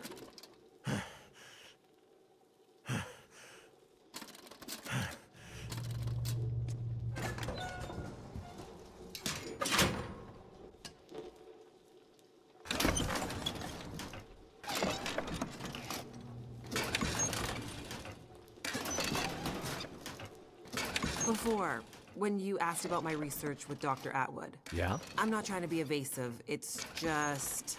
It's okay, Jace. We're not all cut out to be astrophysicists. It's not that I don't think you can understand it. Sure. It's more that the research is a little... A little... It's a little fringe. Fringe. Let's just say it's not exactly going to get written up in the regular scientific journals. You have no idea what Dr. Atwood's doing up here, do you? I mean, mostly. Mostly? Yeah. Mostly.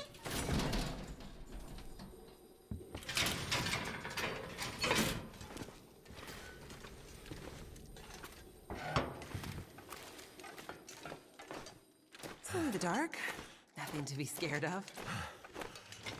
What's that?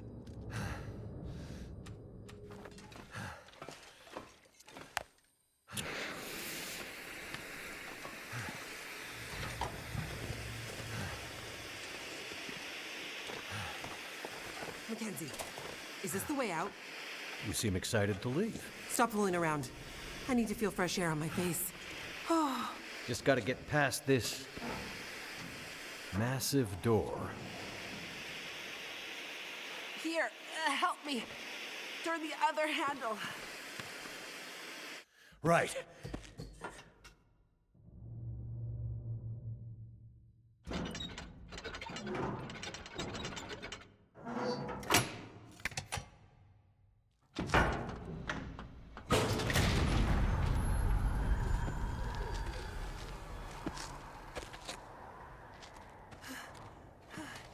Can we get the hell out of this place now, please? Right behind you. I think I can smell fresh air.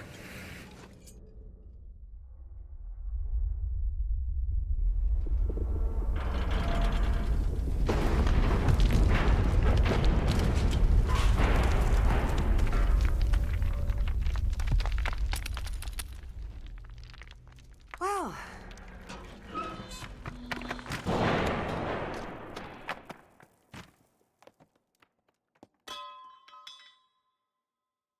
The good news is, nobody's gonna be coming after us through that.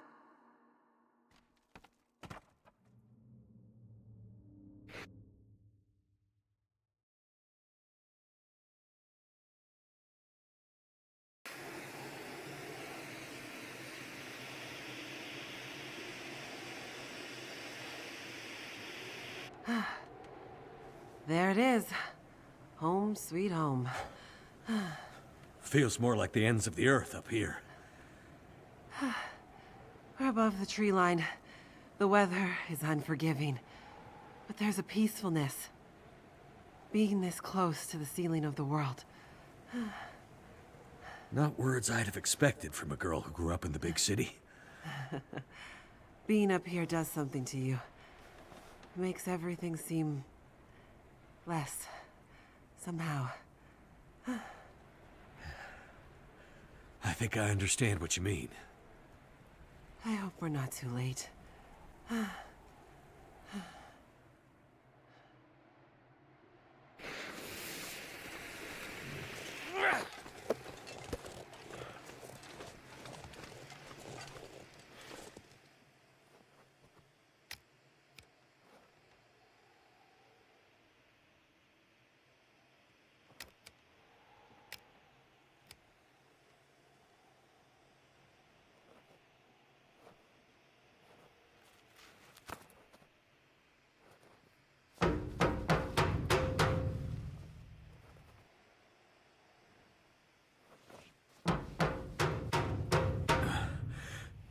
Maybe nobody's home.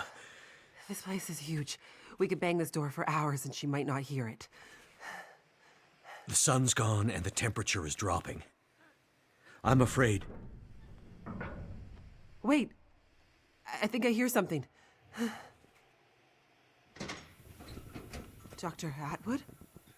It's me, Jace.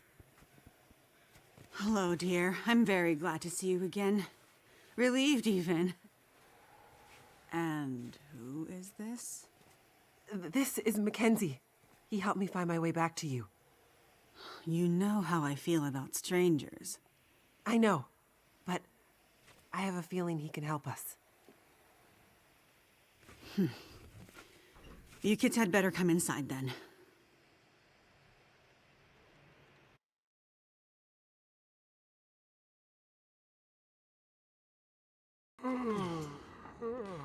What took you so long? I was starting to get worried.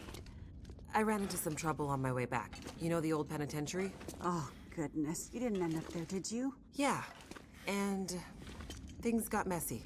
But Mackenzie helped me out of it. You met this man at the penitentiary? I wouldn't have made it out alive without him. Well, it sounds like you've had some adventures. I've also been busy with our research. Yeah? Any breakthroughs while I was gone? Well, unfortunately, no. The whole facility seems to be in a kind of maintenance mode.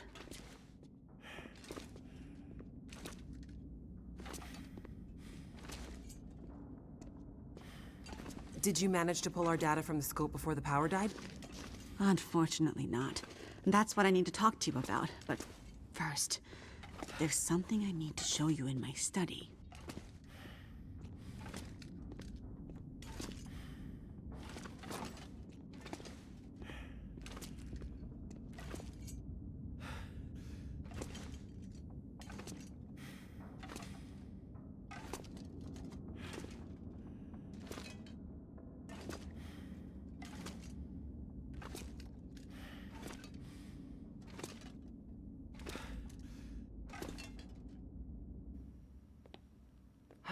It's nice and warm in your lab. How'd you manage that? It seems that the plant's geothermal backup is still working, but this seems to be the only room at the facility getting any heat. I've started sleeping in here, which is convenient for my research. Any way we can use the backup to power the rest of the facility? Unfortunately, no. At least, not without several time-consuming excursions to the substations providing power to the lab. But what about our research? Were you able to pull the data down from our last series of scans? Also negative. I was able to extract a small amount of data before the massive power surge fried a lot of our equipment. It's possible there might still be some remnants in the memory buffers, but we won't know until the power is back online. Damn it! That's years of postdoctoral work down the tube. I will say, the small amount of data I was able to pull just before everything shut down was concerning. Enough to confirm your theories? Theories? I hesitate to say more without access to more data. What I saw could easily have been a glitch. Maybe. Maybe. I know that look in your eye, Dr. Atwood. You found something, didn't you? I shouldn't say more until we can get the data. Now that you're back, we can put our heads together and maybe find a solution. That said, it might be best to remember our security protocols. If you're referring to Mackenzie, he can be trusted. If my suspicions are correct, I'm not sure we can take that risk. Look, I'm not here about your research. Then why are you here? I was sent here to find you. Sent here by whom? An old trapper living in a cabin somewhere near a place called Mystery Lake. Trapper? I don't know anyone out that way. Guy by the name of Jeremiah. Grumpy guy, but he didn't strike me as the frivolous type. It was important to him that I find you. Well, what was the message? It's a bit strange. He said to tell you Wintermute. Wintermute? That's what he said. Jeremiah and Wintermute. I haven't heard those names in a long, long time. Are you okay, Dr. Atwood? What's this all about? It can't be. Dr. Atwood. What does it mean? It means things are much, much worse than I feared. Are you going to explain any of this? I need to think. Please leave me now. I need quiet to think. Well, okay. Come on, Mackenzie.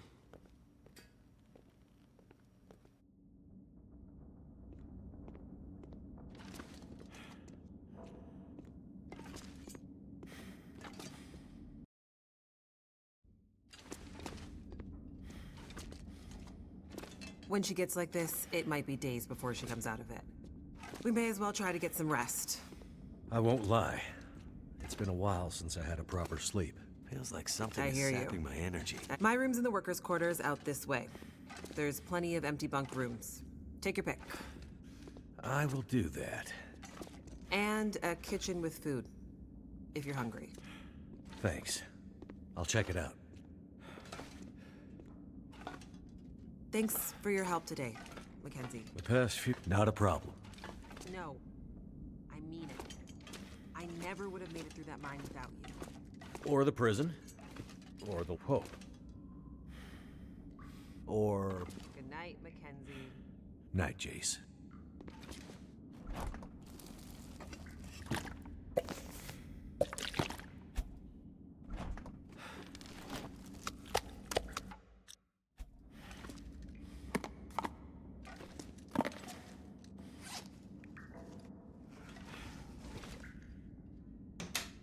I wonder who owns this stuff.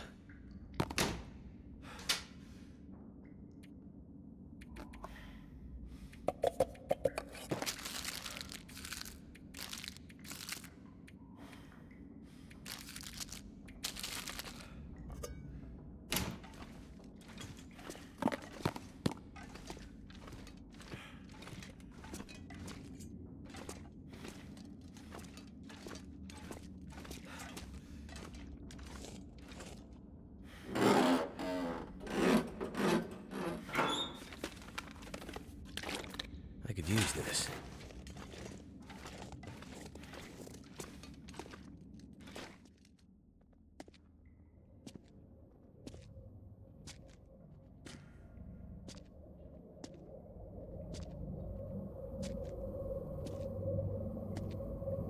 It's getting worse.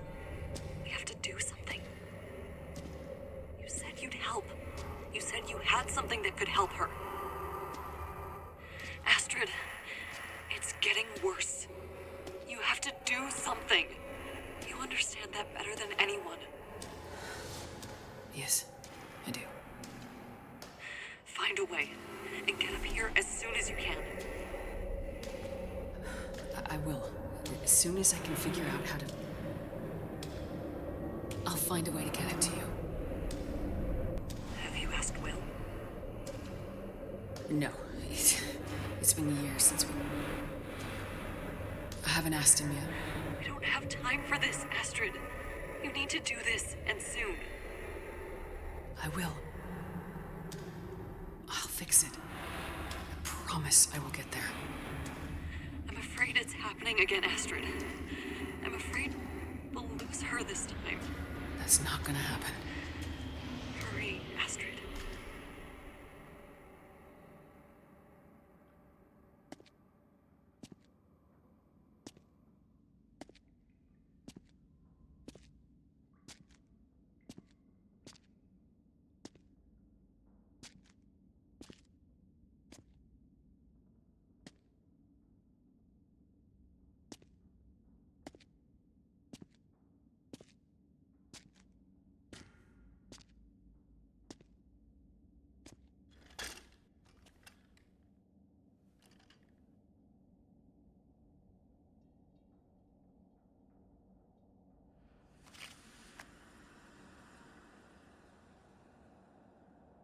Huh?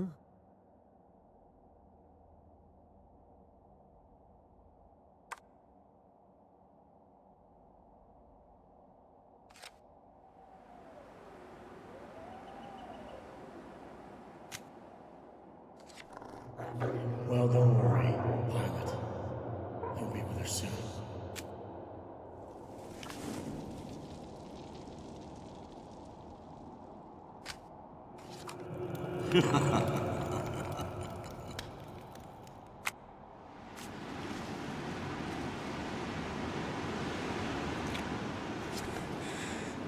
Wake up, Mackenzie.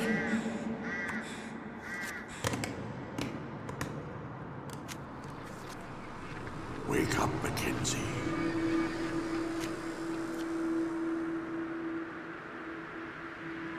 Wake up, Mackenzie.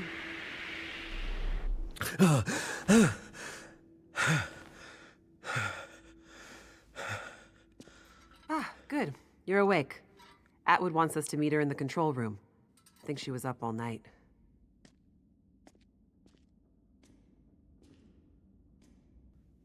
I have to get the hell out of here.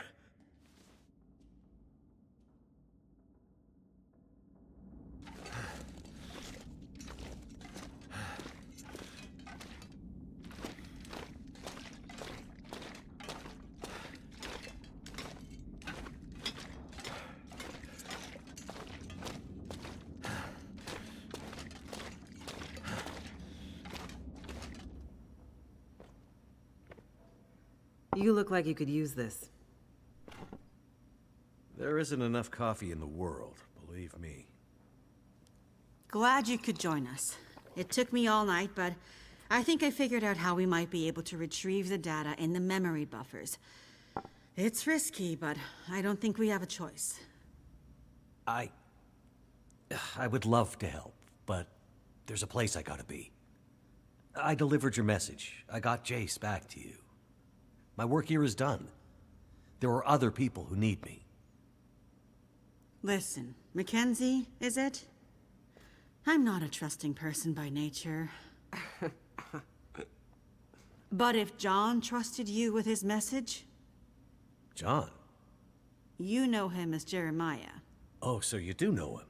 Yes, it's a long story. Suffice to say that if John trusted you, I will also be forced to trust you. Like I said, I have stuff to do, so don't feel obligated to include me. Mr. Mackenzie. Just Mackenzie. Mr. Mackenzie, whatever important thing you think you need to do, I promise you, it's not more important than this. This might be the most important thing anyone has ever done. I'm listening. I have an idea for how to retrieve our data from the memory buffers, but to do that, I need the power back online. Sounds like a tall order, given everything. Normally, I'd agree. But the Suzuki telescope was built with a very specific purpose in mind. It's electromagnetically shielded. Exactly.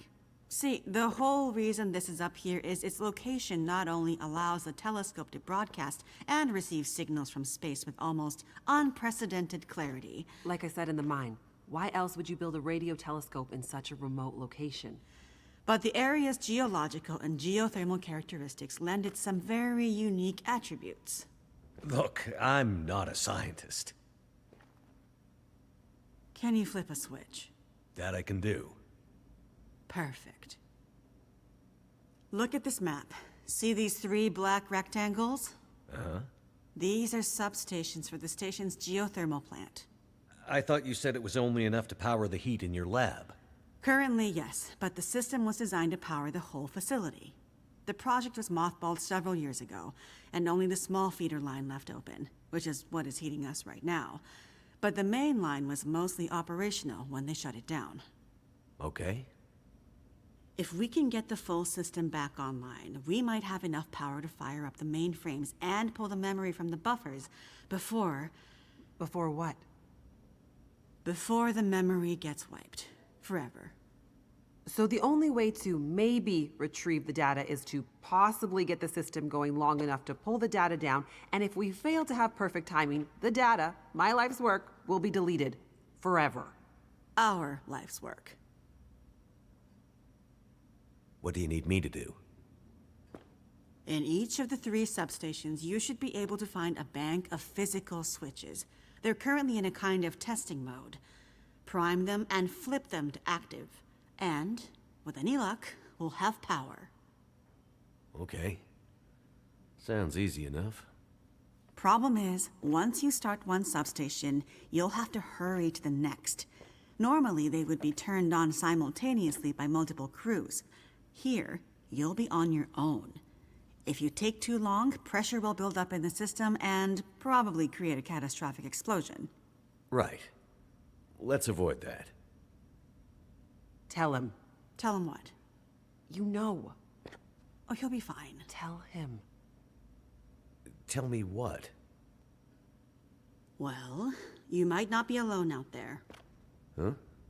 You might have noticed wildlife has been acting a bit strange lately, since the aurora first appeared weeks ago.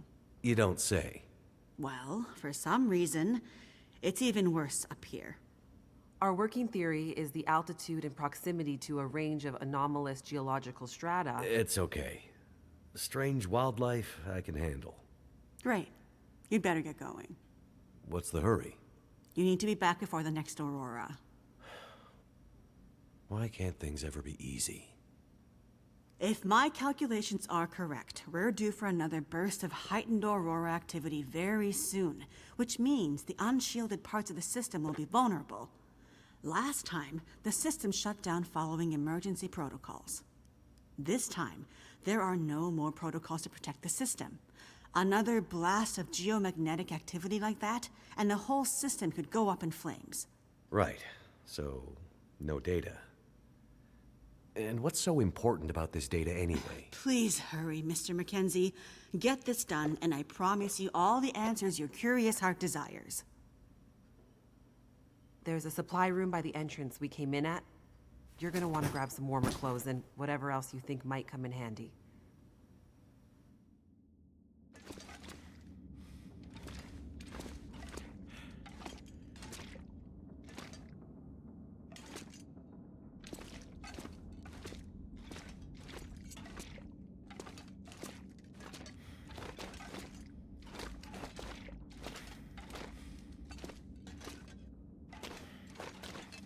This place is a bit of a maze.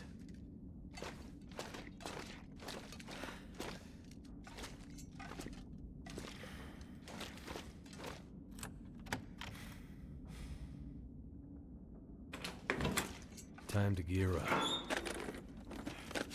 Could end up being useful.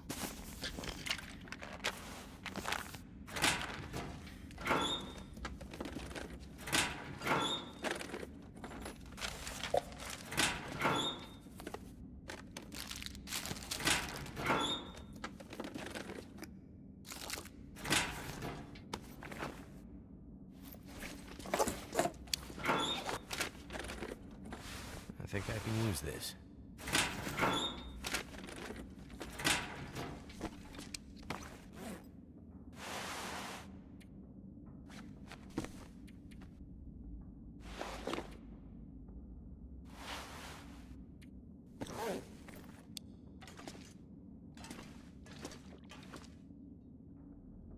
This stuff will come in handy.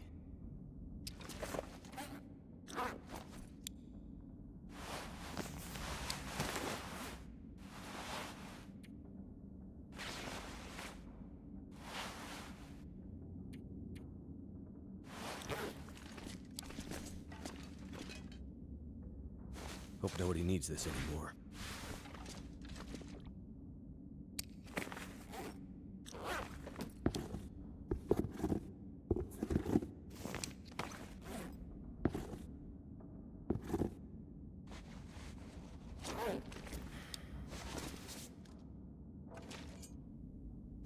That'll come in handy.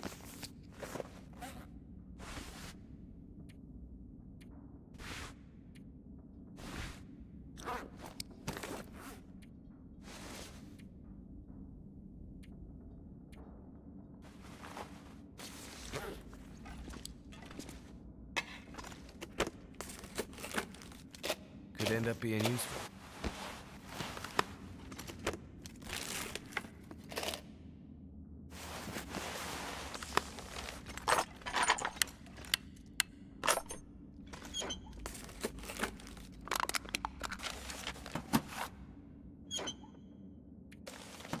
Finally, the right tool for the job.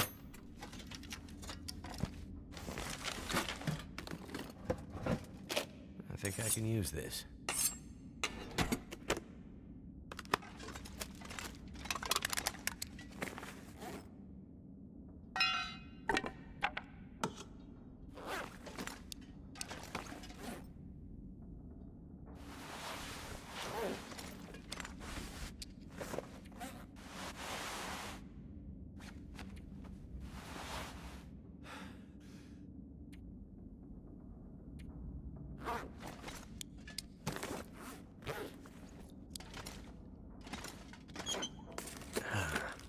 Someone's stash.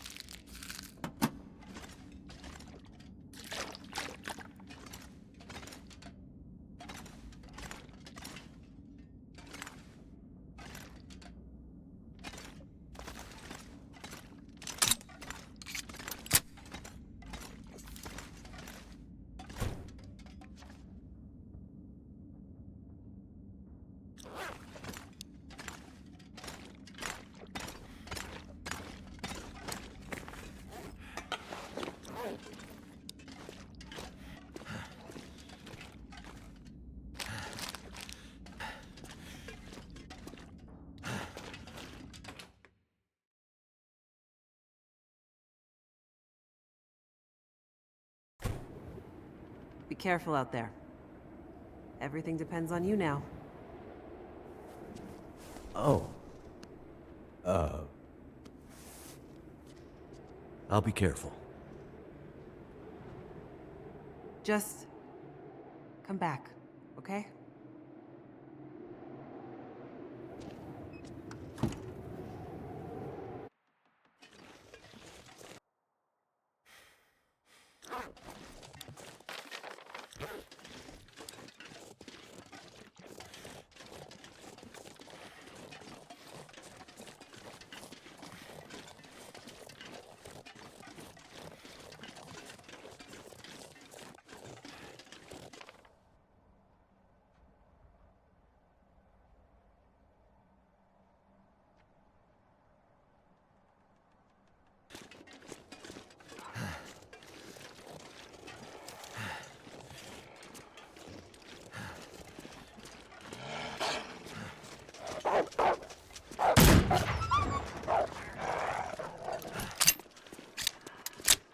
I do kind of like the shotgun, but later on, I don't know if I'm doing something wrong. I cannot kill these wolves very well as time goes on. I don't know if the wolves are getting harder or I have Parkinson's. Maybe I'm anticipating the recoil like it's real life or something. I don't really know what ends up happening.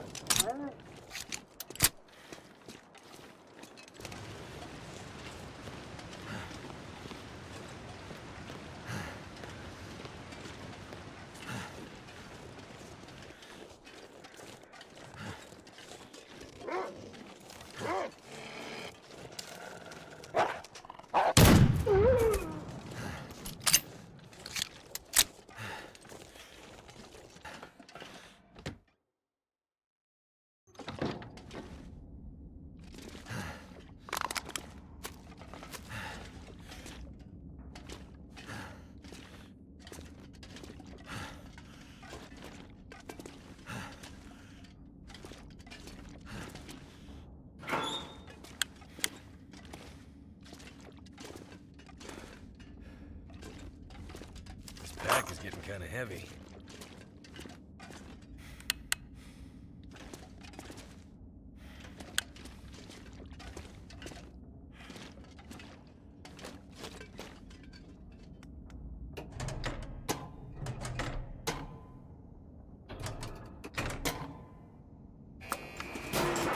Hope that worked. That seems to have woken up a lot of bad stuff. Hey, Mackenzie. Back to this phone thing, I see. Remind you of any prison in particular? Those were good times. What's up, Jason? Just saw the light for Substation 3 go green on my board. Nice work. Wanted to check in and see how you're doing. It's slow going. Lots of angry wildlife out here. Yeah, we tried to warn you. Yeah, you did. Okay, well, be careful out there. I'll check in with you at the next substation. Will do.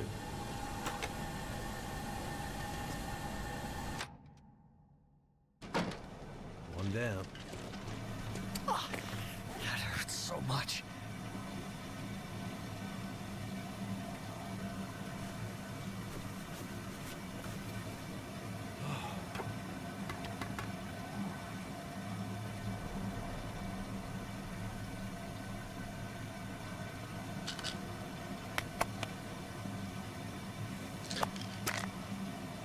Damn it.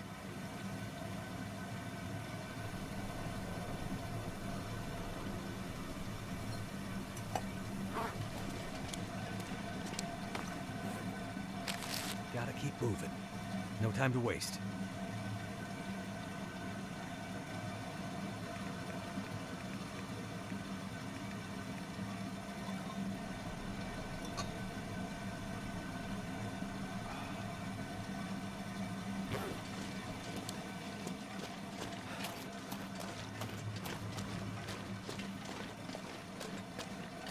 Looks like steam is starting to come out of the pipes.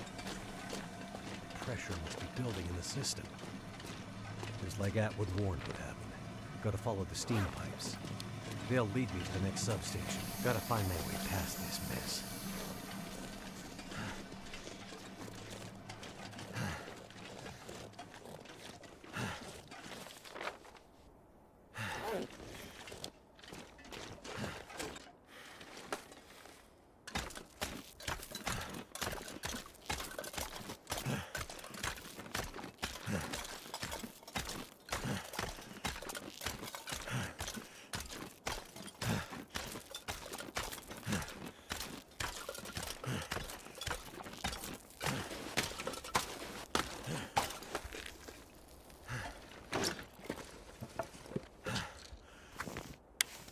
use this.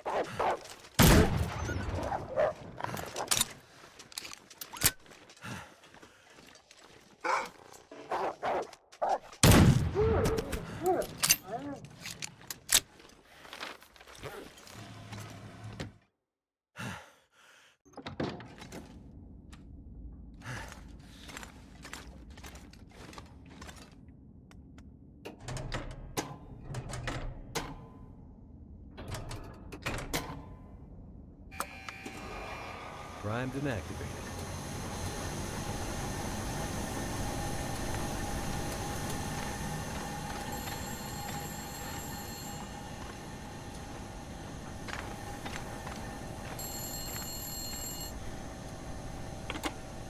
We gotta stop meeting like this.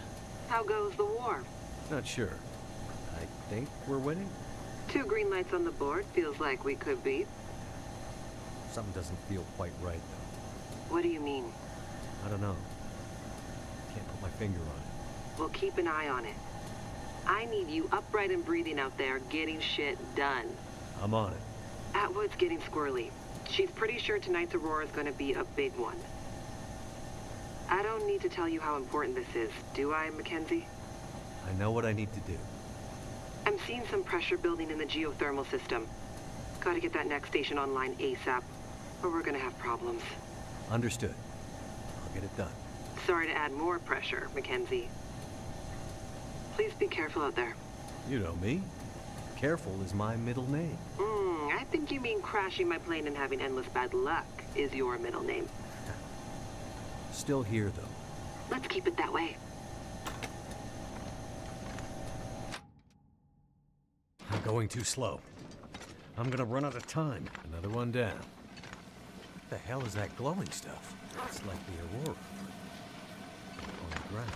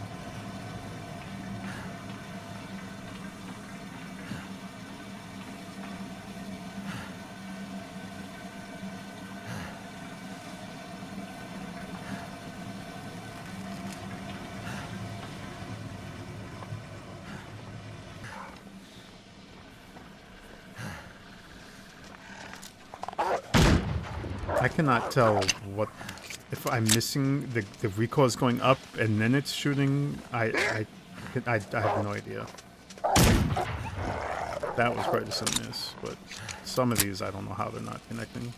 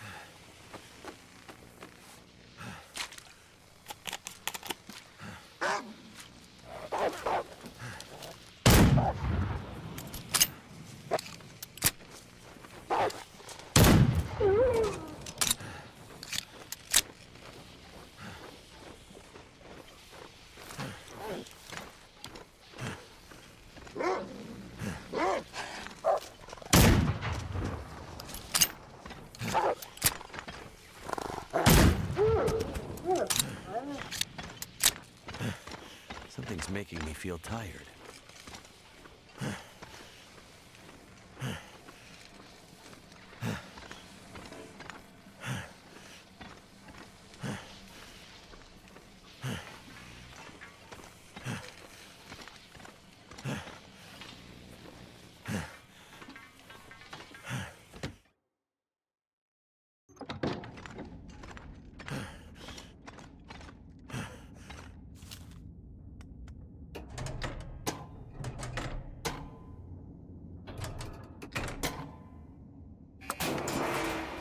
That's the last of them.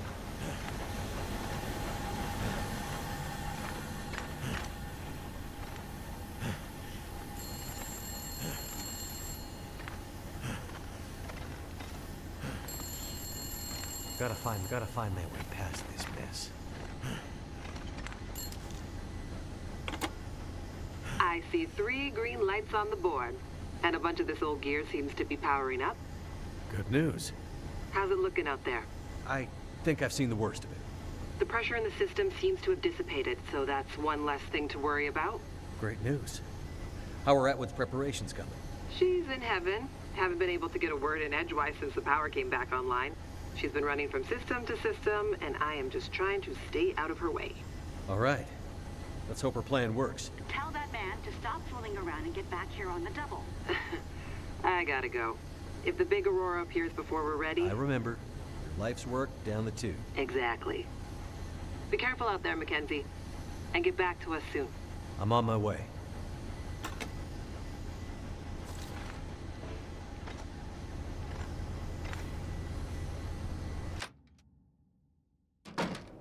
Good. It worked.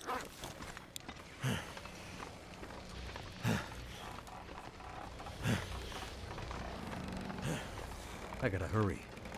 I need to get... Oh, shit.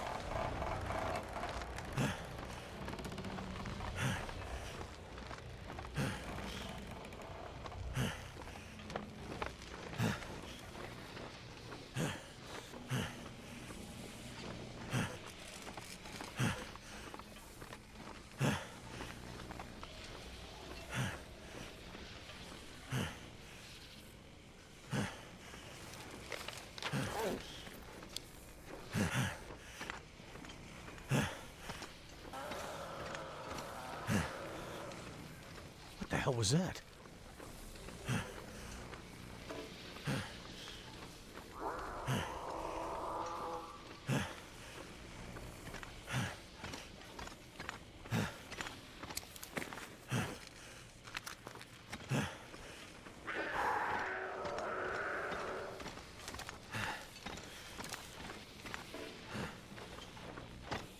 Oh, shit! Is that what I think it is?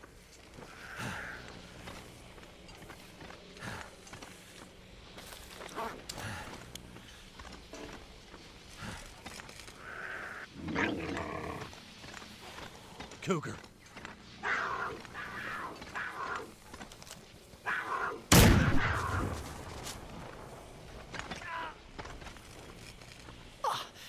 That hurts so much.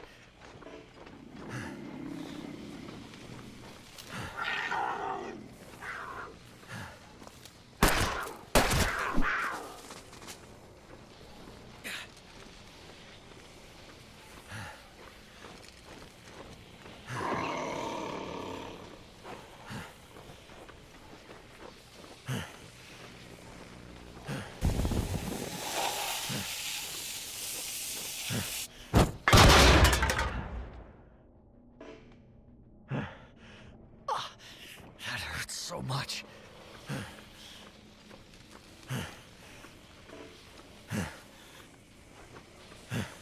Now, gotta get back to Suzuki before it's too late.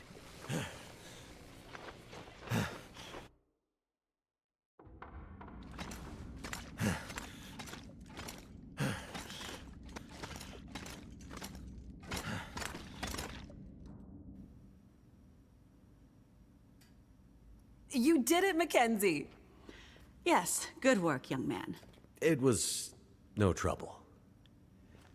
Now, do you have everything you need? I think so. I still have a job for you. Right. Please, accompany Jace up to... I can handle that alone, Dr. Atwood. He's already done enough. Accompany Jace to... With tonight's Aurora, we have a chance to pull the data now that the systems are nearly back online. But I'm not sure Jace can handle the next part alone. I don't need any help. We need to get the data from the buffers back into the mainframe and then to the scope's relays for processing.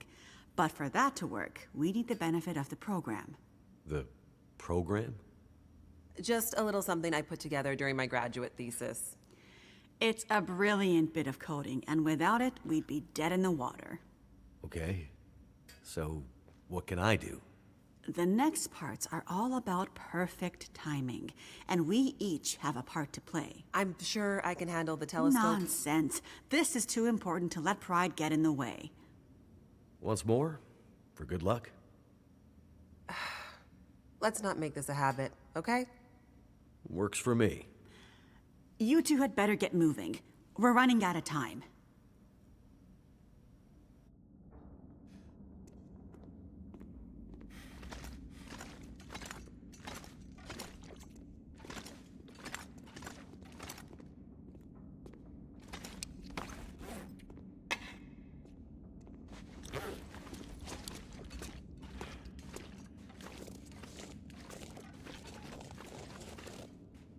There's a lot of cutscenes and people talking back and forth, and especially in this chapter, just like really long cutscenes. Times like this where you like escort someone walking to a point, this is usually when that exposition happens, because you don't really make the player just sit there and watch a cutscene. Could they have built a more confusing space? And you also want them to kind of be like moving and somewhat actively doing something. I'm gonna turn on subtitles though.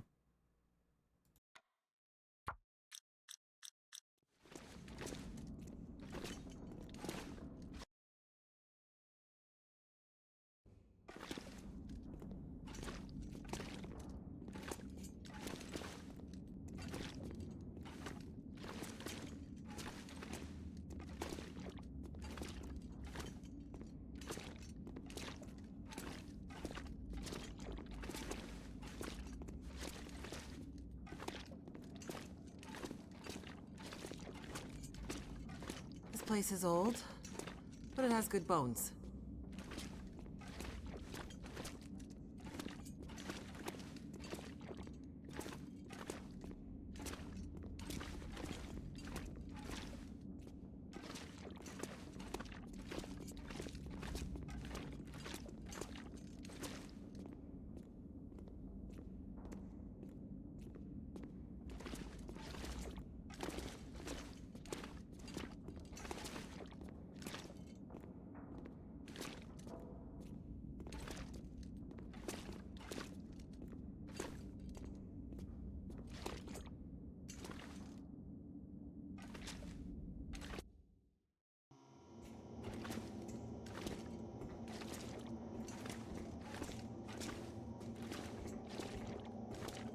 Feels like the whole facility is slowly waking up. That aurora is a real mystery. It's almost like magic, really. Imagine the logistics involved in building this facility. Staggering.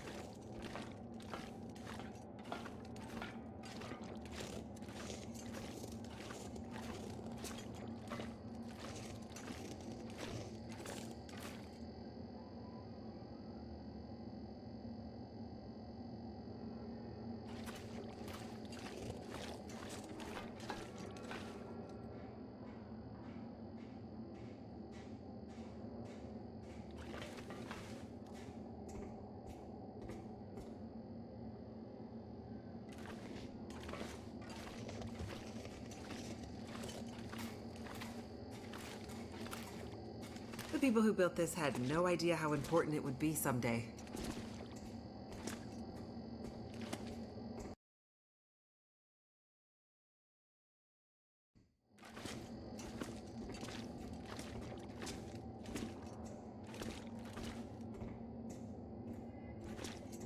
But they couldn't have chosen to squeeze some of that exposition into this tedious walk, or just teleported us to this room instead. I don't know.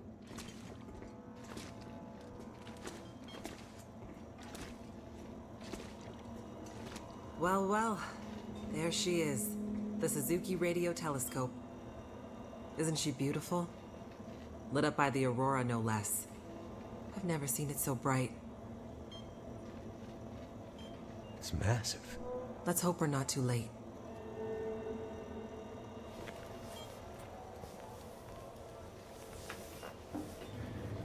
Okay, time to get this party started. There's a fair bit of interference. Keyboard is glitching a bit.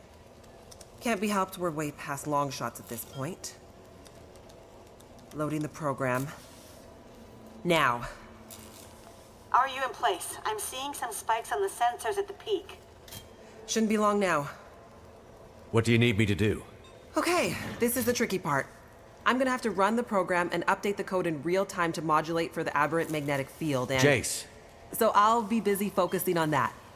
Meanwhile, once the telescope grabs the signal, we'll need to follow the source.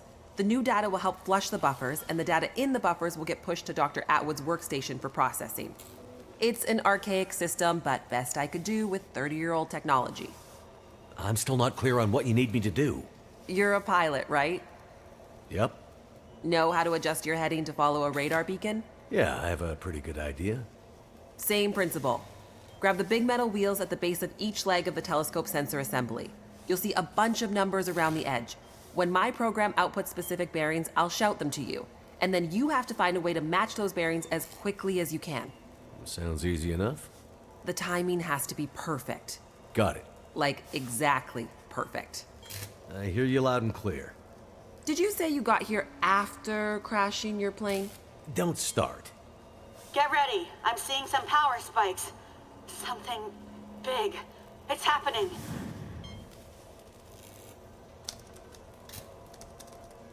Get ready, Mackenzie.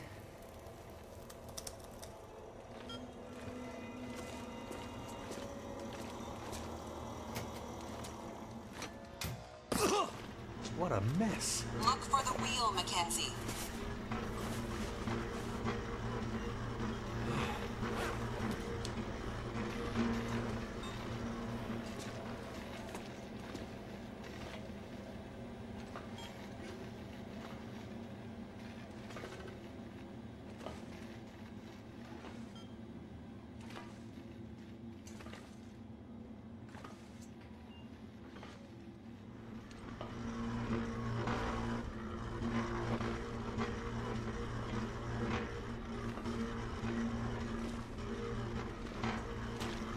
Here we go, 141 degrees.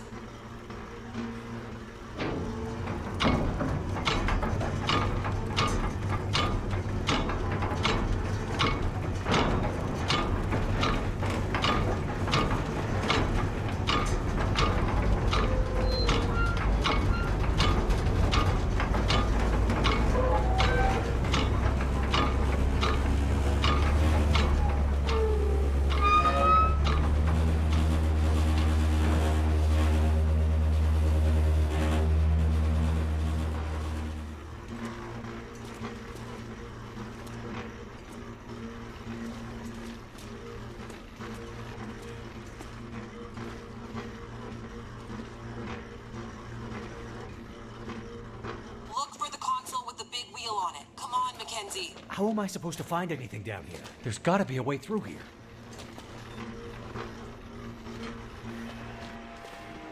The dish is huge. That's it. We're getting close now. Keep going. Okay, 67 degrees.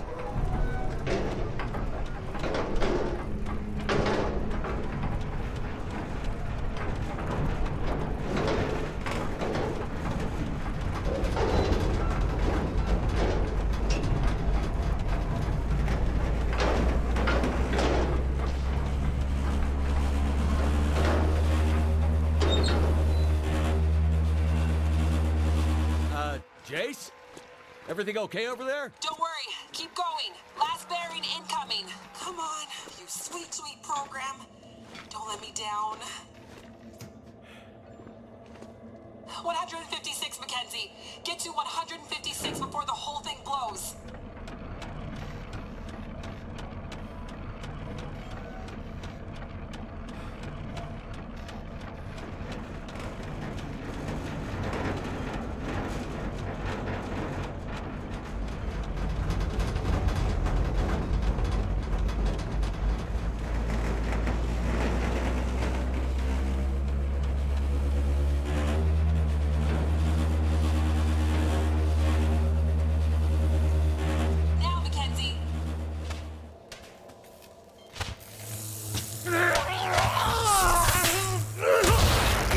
Mackenzie!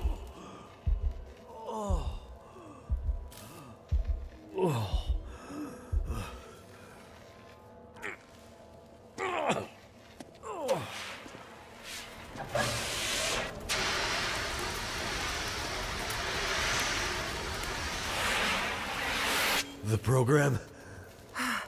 She did the most any program can hope to do. Her job. Now let's hope Dr. Atwood got what she needed. Because this gear is toast. I like a good cutscene as much as the next person here, but this one lasts, I think it's like 19 minutes. All the data just flooding out of the buffers. It worked. God damn it, it worked. Oh, thank goodness. I'd hate to have to restart my PhD.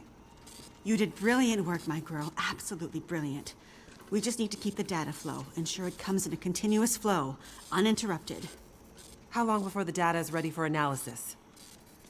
These are old systems, and it takes a while for them to crunch through the numbers. It'll be hours before we'll... Well, shit. What the hell just happened? It's not power this time.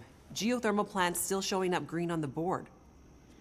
Some kind of overload, or emergency shutdown. What now?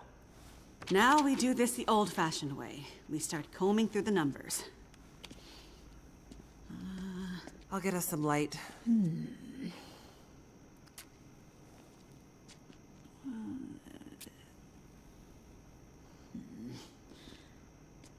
Do you see anything that would indicate the level of K-index we might expect to... Shush, girl. Let me read. Huh. Do you want me to grab a printout and Could it be a G10? Is there something I can do to... Aha! Here it is. Here it is. There it is. What do you see? It can't be. That silly old British bastard was right. He just never knew how right he was. Why did it have to happen in our time? British bastard? Please explain. For you to fully understand would take more time than we have. I'd have to go back more than 150 years. I like a good story. I think we deserve some answers. Very well. In 1865, a British scientist and naval officer was tasked with supporting the research of a scientific team, seeking to create a kind of communication that could travel over the air. The Admiralty felt that dependence on the telegraph was holding them back. This Navy man was inspired by stories he'd heard about the Carrington event 6 years prior. At the time, the largest geomagnetic event ever recorded. He had heard that the abundance of static electricity in the air had powered telegraph lines, even after the operators had unplugged them. Fires broke out due to this geomagnetically induced current. It got him thinking. This scientist's research led him all over the world, and he began to piece together a picture of the Earth's geomagnetic profile, and something about the operation of the sun and its effects on the Earth's magnetic field. Remember, this was 150 years ago, and well before they had the equipment to prove any of this.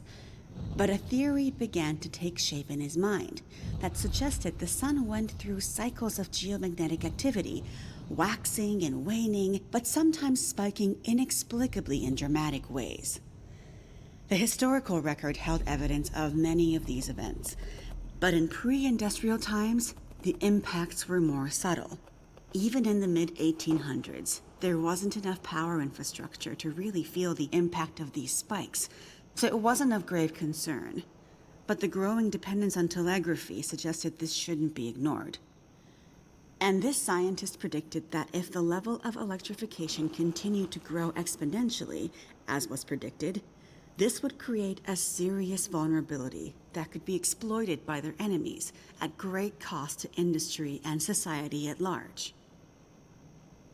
He was given a secret commission from the Royal Geographical Society to prove his theories and to come up with a strategy that would ensure the British were in the strongest position to exploit any such geomagnetic disaster.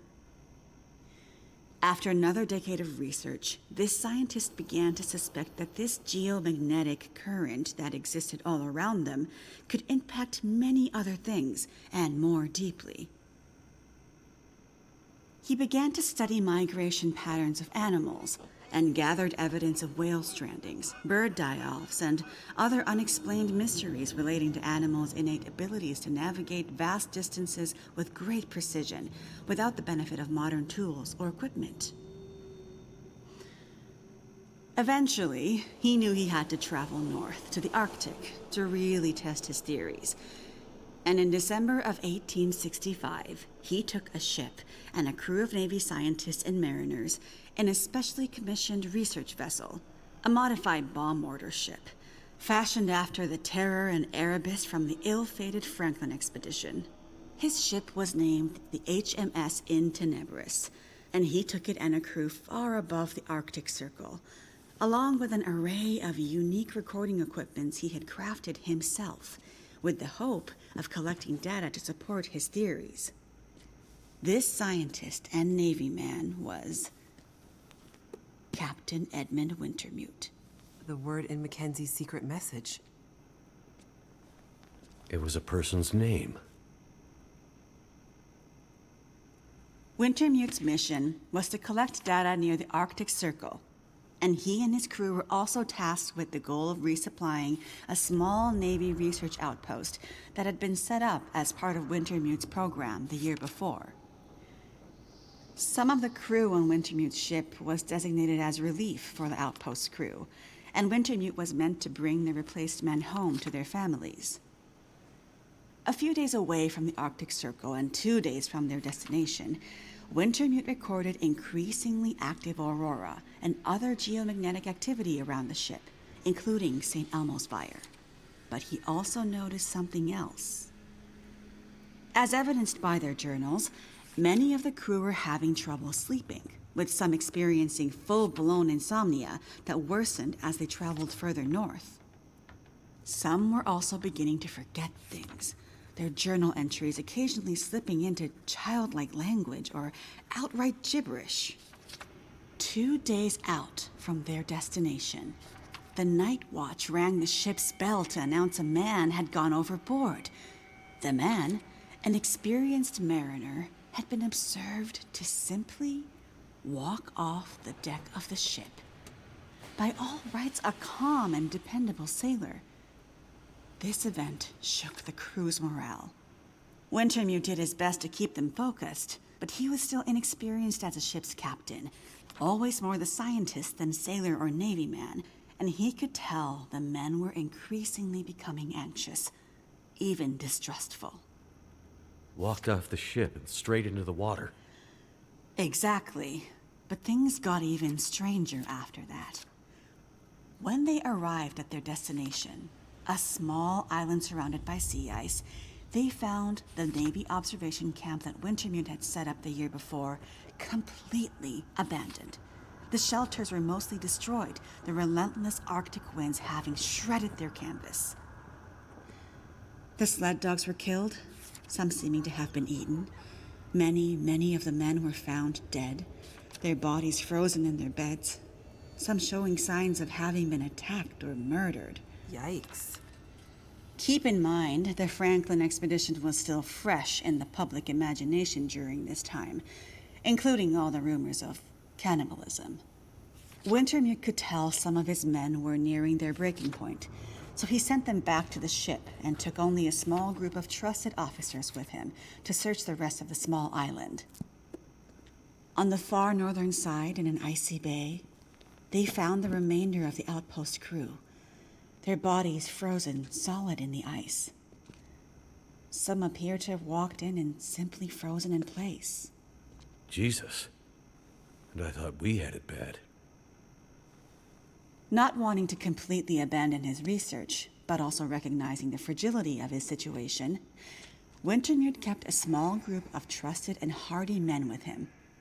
He offloaded sufficient provisions and equipment for them to survive up to 6 months, and sent the crew and the In Tenebris back to London, with the request that they send a rescue ship to pick them up.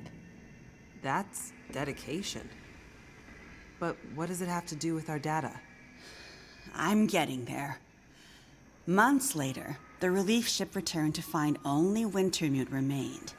He had left books of scrawled notes, data he had gathered using his novel devices, sketches and observances of the men he had kept with him, and a detailed diary outlining their slow but progressive decline into a kind of fugue and madness.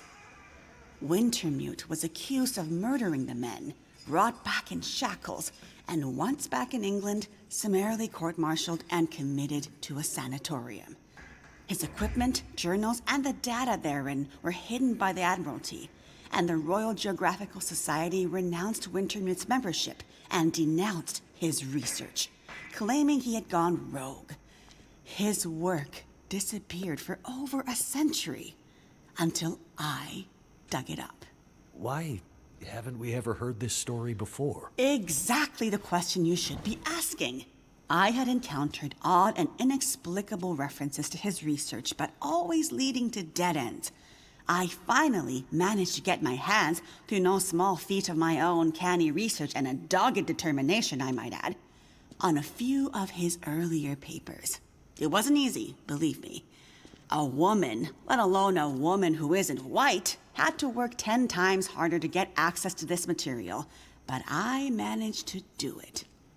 I spent the next 20 years piecing it together, tracing the fingerprints of Wintermute's theory, collecting his data, analyzing, and then adding to his research with research of my own using increasingly modern equipment. And the more I dug, the more data I collected, the more worried I became. Because not only had Wintermute's original fear come to pass, that the world had become dependent on the electrical grid, a technology that would easily be taken offline should any Carrington-level geomagnetic event occur, but even worse, that the Carrington event of 1859 was like a tiny spark compared to the massive, overwhelming storm that might come in the future. I started to talk to others about this, but of course, people thought I was crazy. They ignored me at first, then started to denounce me, and then ostracize me. Until I eventually found myself so far on the fringes of accepted science that I was entirely isolated, with nobody to trust, nobody who would believe me. I lost my job, my marriage failed, all my academic credentials were thrown into question. Ah, this explains something about your reputation, Dr. Atwood. Nobody would believe me. Except for John, who you met as Jeremiah, Mr. Mackenzie. He was a young corporal in the Canadian military when I first met him. Handsome, as I recall. It's a long story on top of an already long story, so I won't tell it all here. But the important thing was he was stationed at a radar observation post along the Dew Line, far north, and started to observe some strange things of his own.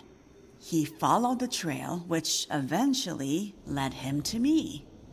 And when we got together, there were sparks, I tell you. To be believed by someone, it was like a drug.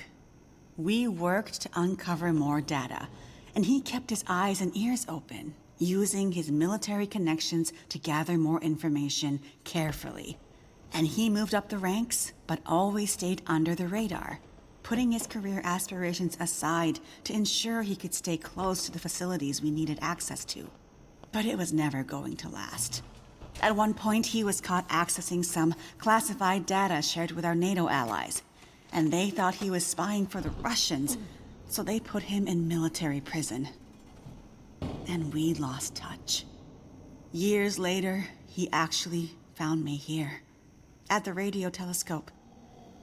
He was a changed man. His fire was gone. They'd somehow broken him. He said he still believed, but he couldn't be part of this journey. And that's the last time I saw him. That was more than 20 years ago.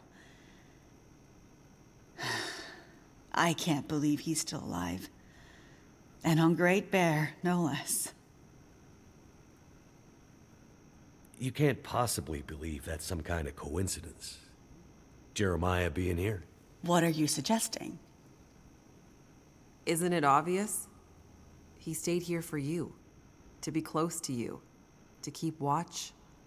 He's been here ever since. close by, in case you might need him. And as soon as he saw the Aurora and what it could do, he knew. He saw the signs. When I met him, he was nearly killed by a bear. And when I left him, he was still not much more than half alive. Otherwise, I'm sure he would have come here himself. But he sent me to warn you. He made me promise. And he knew by then what that promise would mean. He sent you in his place. And it's a good thing he did, because now we have the final piece. This is the answer we've been looking for all these years. Do we finally have it? I think we do, dear. I'm not following. All my research here, and Jace's since she joined me, has been to try to anticipate, to get ahead. Ahead of what? The next big Carrington-level event. The thing Wintermute spent his life also searching for.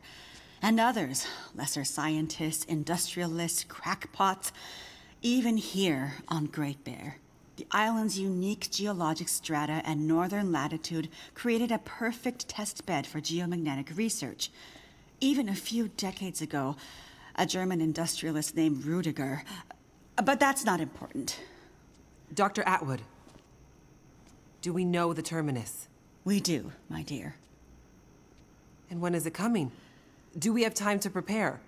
No, dear. It's already too late. It's already started. What does that mean? It means we're in a new geomagnetic normal. What you've seen so far is really just the beginning. Things will get much worse from here on out. But how long will it last? Carrington was over in a few days, weeks at most. Oh, this is much bigger than Carrington. How long, Doctor? I hesitate to say. With the data I have, I can only offer a vague range. 40 to 400. Hours? Days? Years. Wintermute tried to warn us 150 years ago, but nobody listened. And now we're at the very beginning of a geomagnetic storm. A disaster of such proportion we've not seen its like in recorded history. The power grid is down. Everything humanity has built over the last 100 years or more, based on technology, electronics, everything based on the integrated circuit, electricity, it's gone. It's all gone. Nature is changing, and soon we'll begin to see the impact on people. We won't emerge unscathed. And this period of darkness will last from 40 to 400 years. A new dark age. The Long Dark. And what humanity will exist on the other side of it, I cannot even begin to guess. Then I need to warn her. I need to get to Perseverance Mills. You're talking about your ex-wife, the doctor? Astrid will be there. And she needs what's in this hard case. What's in the case? And what kind of doctor? She's a researcher. Insomnia, memory loss, fugue states. I think she stole some experimental meds. She's trying to help a friend. A child that's suffering from some mysterious illness. I'm not sure. Go to her. Regardless of what's in the case, you can bring her here. Her and anyone else you care about. We have to think about the survival of the species now. But what can we possibly do here? Oh, Jace, my silly girl. Have you forgotten what this facility is built on? I just know it's some government thing. Before it was repurposed for use with the radio telescope, this was an observation post for monitoring satellite communications. Mostly American, Russian, some Chinese, Cold War stuff. But why here? Who would think we'd be spying from here? Exactly. A few floors below us are the magnetically shielded dorms and storerooms designed for the folks who used to live and work here, back in the Cold War. The whole place is basically a big bunker. Right. And the team that built the geothermal plant left various supplies behind. Exactly. There's probably enough dry rations and assorted supplies there to feed dozens of people for a couple of years. Survival of the species, huh? I'm afraid so. Then I better get to it.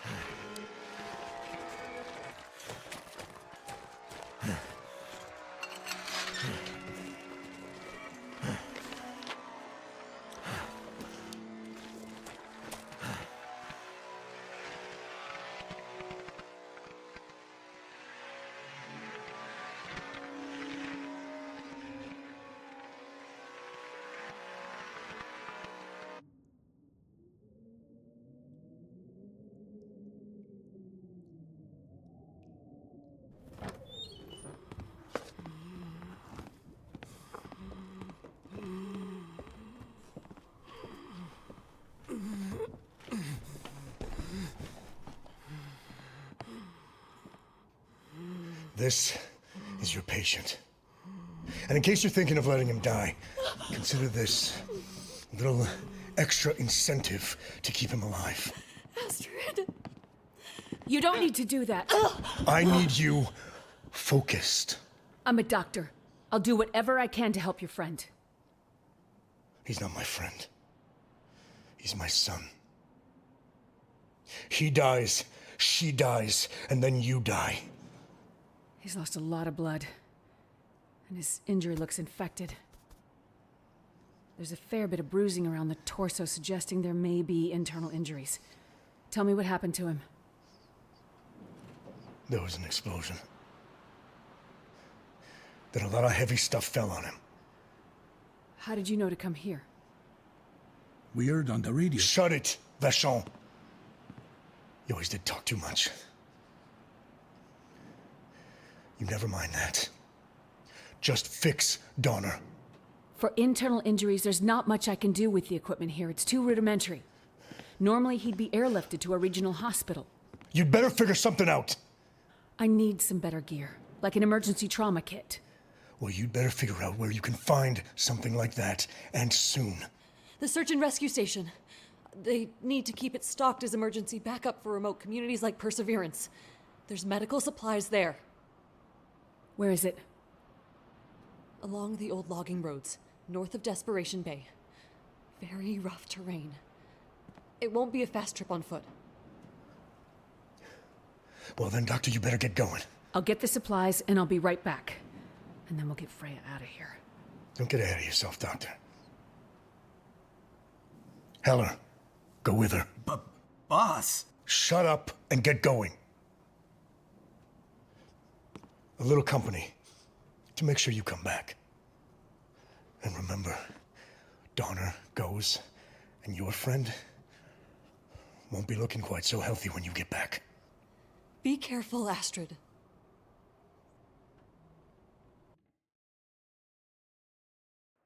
Look, we've been traveling for hours. I'm not going any further. My friend warned us it was a long walk to the SAR station. I'm freezing. Gotta warm up before I go any further. I guess we can stop for a bit. Listen, lady. Hey, look. A train.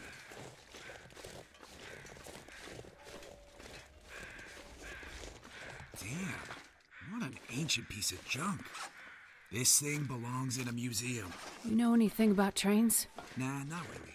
Just like they're cool. Bet this track.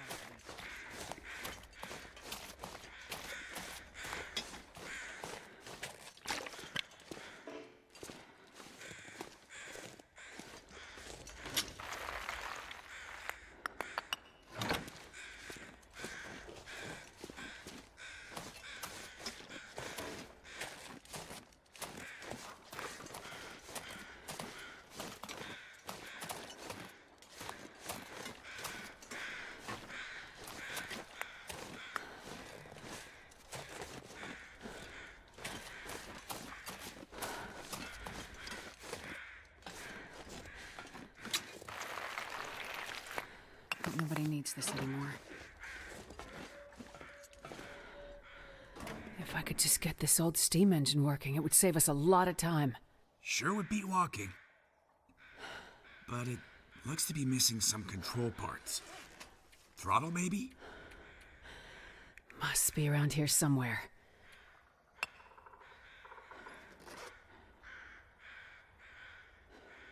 Well, good luck with that. I'll just be over here, looking for some way to thaw out. Gee, thanks for your help. Time, lady.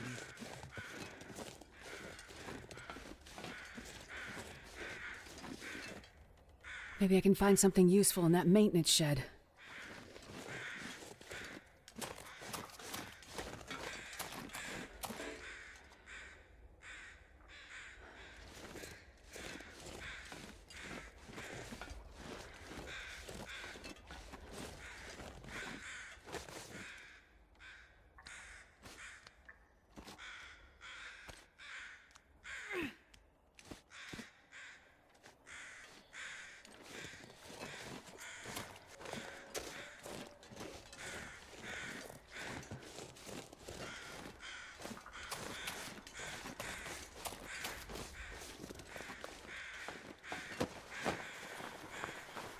I'll take it.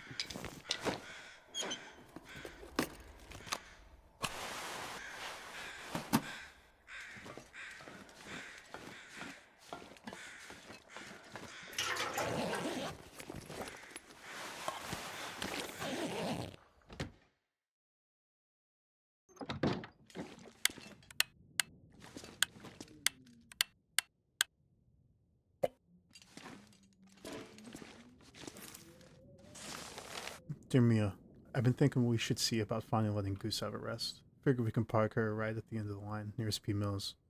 We can bring folks out, let the kids climb around the engine, blow the whistle, that kind of thing. There's so little to bring anyone up this far north, much less from the mainland. Might stir up some trouble in town. No one likes a good idea these days, much less the fellow who brought it up. But a bit of history might be just the trick. What do you think, Kay?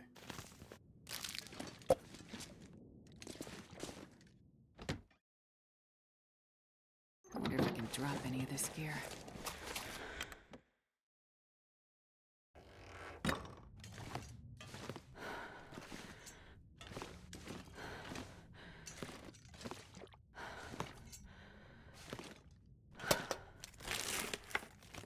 Well, this stuff will come in handy.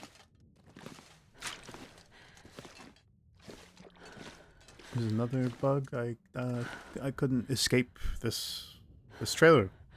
This trailer was the second prison in the game, I guess. I have to actually just reload.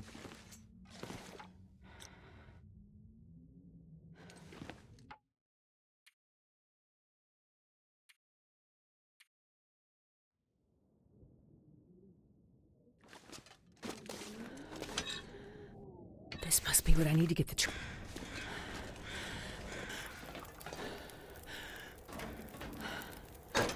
That should do it.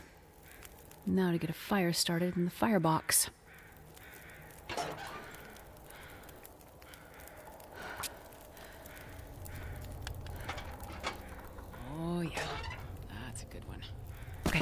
Fire's going. You coming? I just got this fire going. Finally starting to feel my feet again. You aren't worried I'll run off somewhere? You? Nah. You won't leave your friend to die. I'll be back as soon as I find the trauma kit. Better hurry. Tick-tock. Gotta get the pressure up. Then release the brake. And...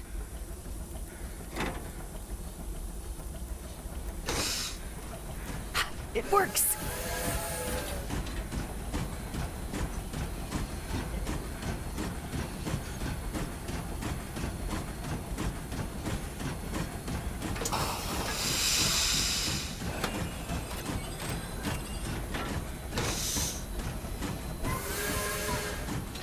Let's go!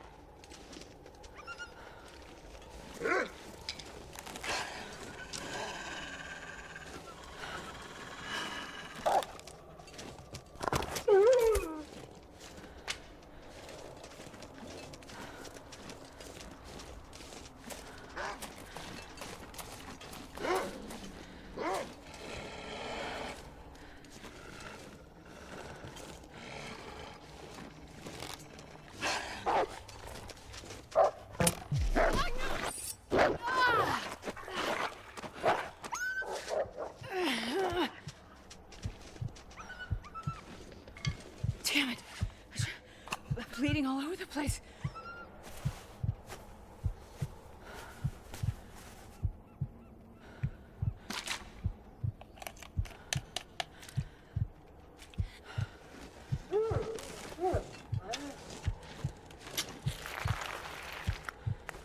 Wonder if I can drop any of this gear.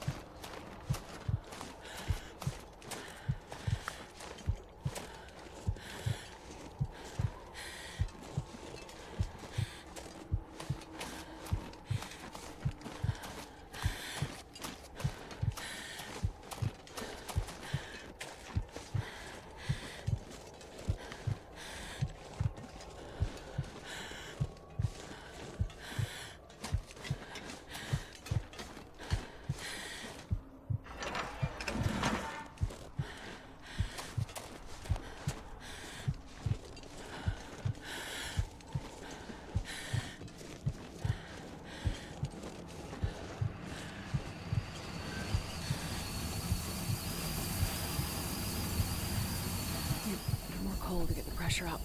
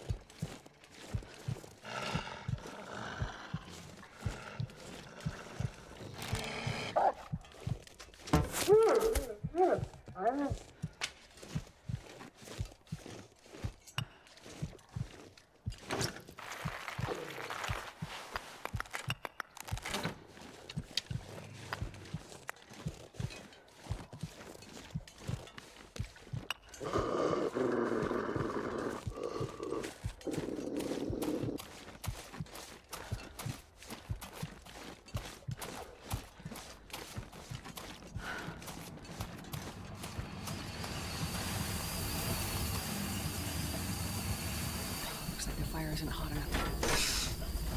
I need more coal.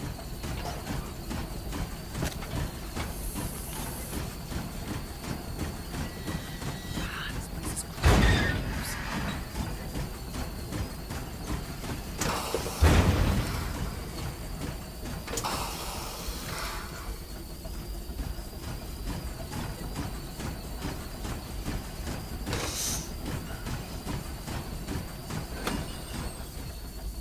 need more coal to get the pressure up.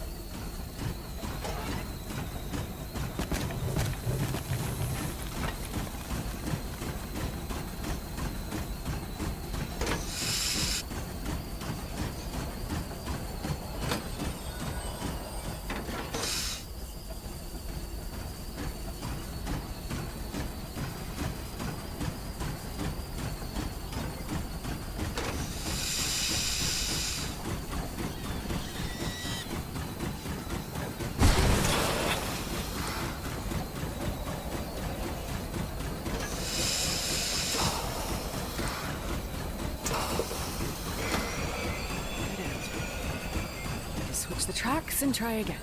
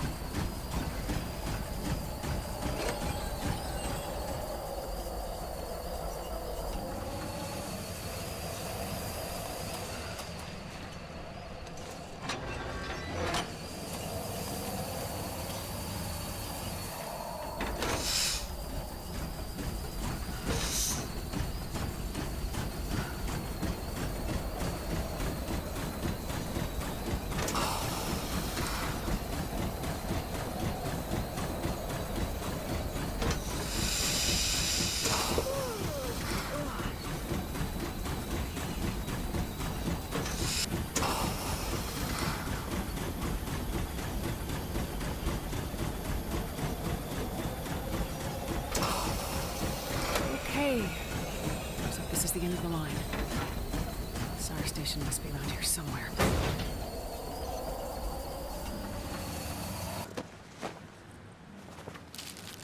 Looks like this has been here a while. Looks like this is the way to the SAR station.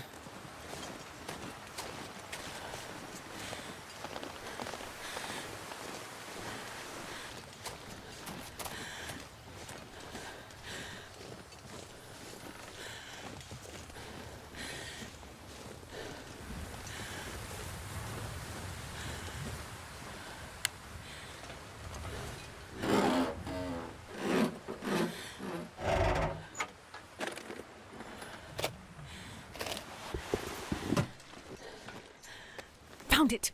The trauma kit. Might be enough to Stamp give paper Donner a partially fighting chance. legible. Batteries all seem drained, get even the back good quickly. ones I had It's shipped starting in to last get dark. summer. All the stamp equipment just sitting here dead. We know people are hurting since the lights in the sky showed up. So we're closing up here. Zoe made a long trek of perseverance and back, and things seemed quiet there, she said. The plan is to go inland and then head to one of the other hamlets along the coast. Maybe get the word out to the mainland about what's going on here.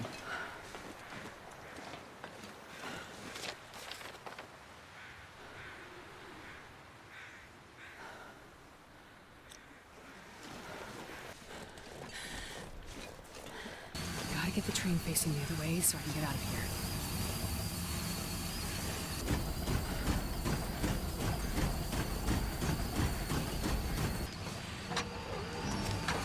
pretty straight shot back, so I'm just gonna fast forward this.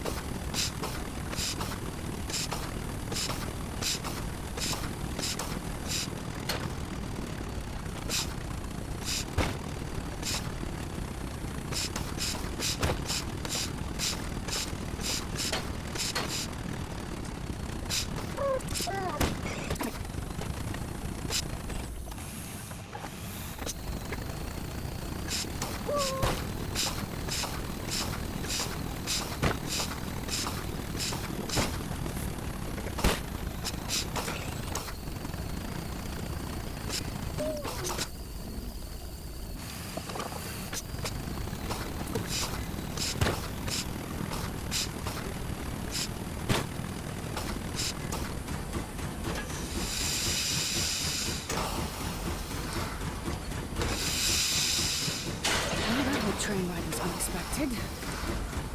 There's some machines like this to work. Used to play as a player.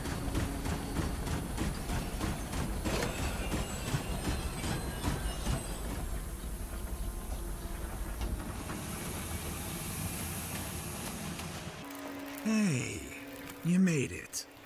What the hell took you so long? I mean, there were complications, of course. Yeah, tell that to Mathis. You find what you need? Yes, I think so. We better get back to the clinic. Yeah. Sure hope Donner's still alive. For your sake. You and me both.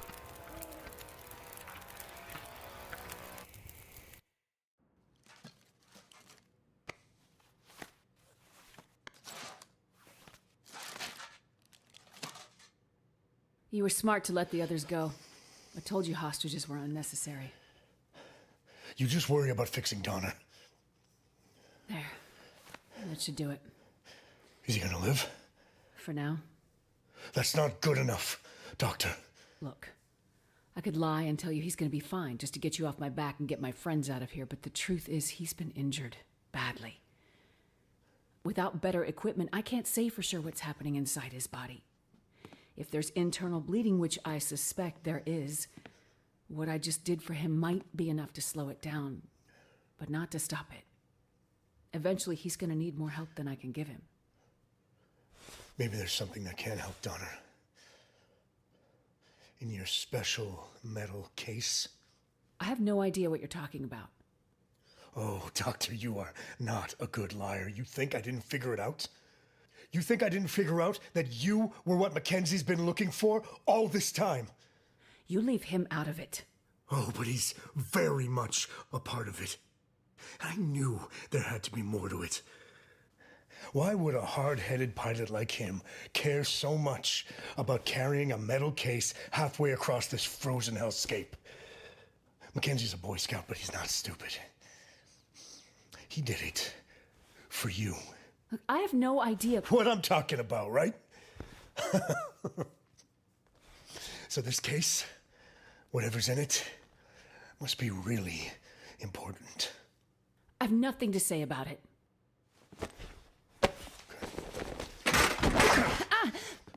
You think I'm playing around, Doctor? Please, I've done everything you asked. Just let my friends go. What is in the case, Doctor? Nothing. You know, I'm getting tired of asking. It's nothing that can help Donner.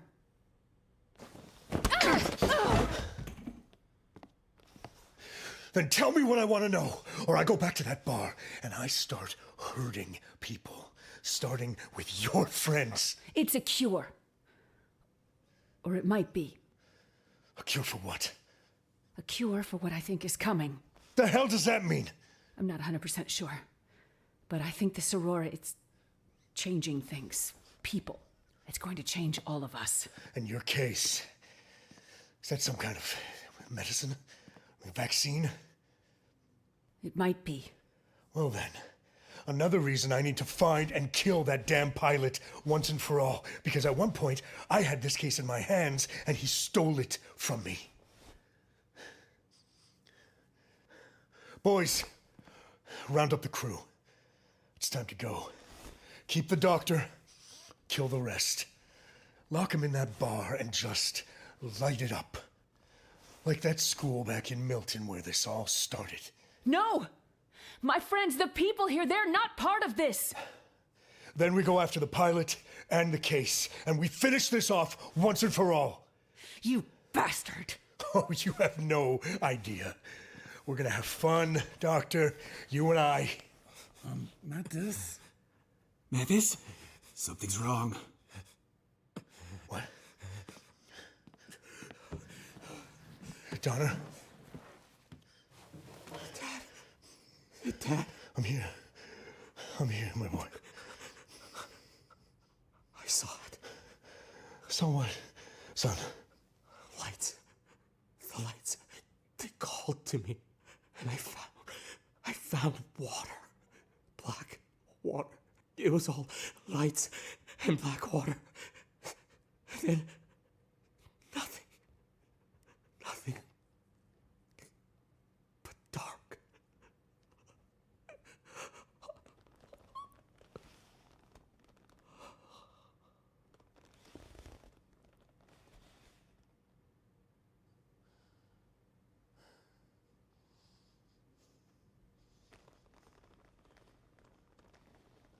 You let him die.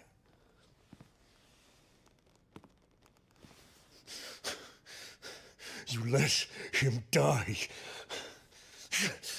You let him die!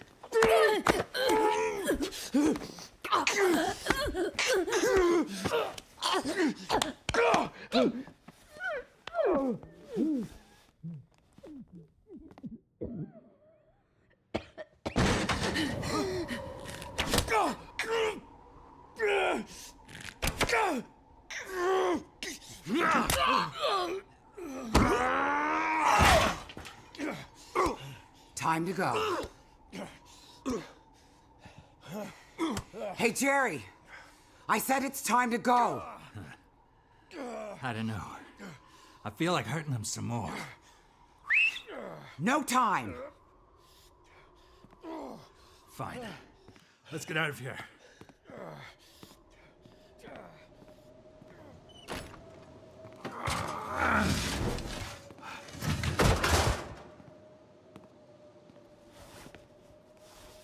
I can't leave them behind. My friend and her child, they need my help. And the rest of the people aren't safe either. Take her. I'll round up everyone I can. Hurry. You have to take me where? There's someone you need to see. Who? Is it Mackenzie? Is he still alive?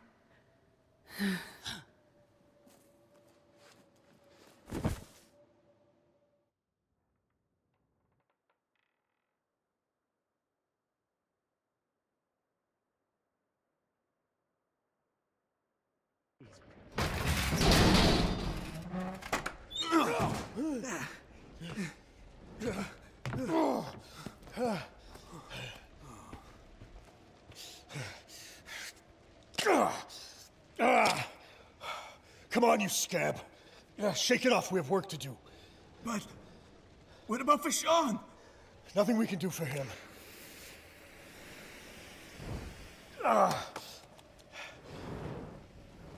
Take these flares, round up the others, find the doctor, and burn it all to the ground.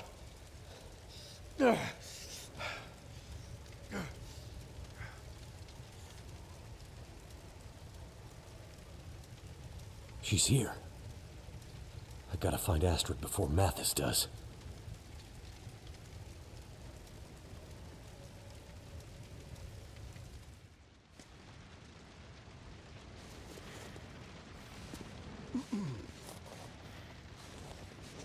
Gotta sneak past this guy. I left this in here kind of uncut because I just thought it was funny for me that I could not figure out how to sneak past this guy, in quotes, because he's standing right at this little roadblock, looking right at the sidewalk, the road, and I could not figure out how to get, like, around him.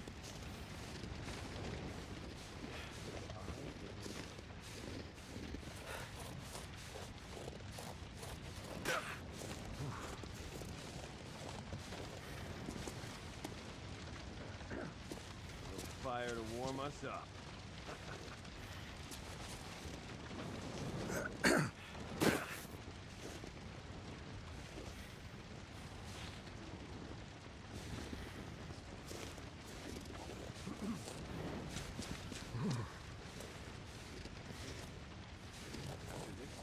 I'm out. So I decided to see you, Zach. He's there! Look! Gotta sneak past this guy. I thought I could just maybe sneak behind the sign. Surely, maybe that's what it wants me to do. Let's go behind the sign, but nope. What's that? The The dude's hell is just out there? blind, I guess. We know you're out there! We're gonna burn you all. World out here.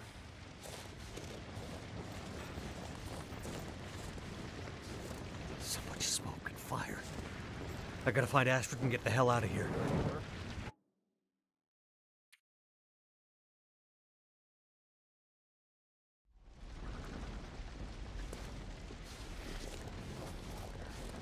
Gotta sneak past this guy. Who's out there? What's that? He's there! Look! Run or burn, your choice!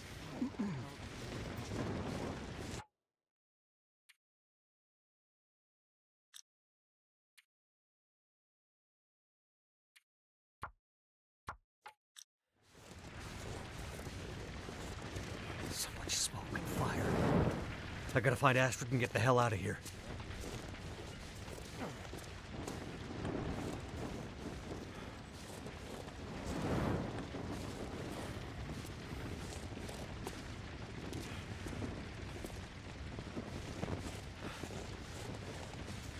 Damn convicts. I've gotta avoid being seen. His back is to me. Now's my chance.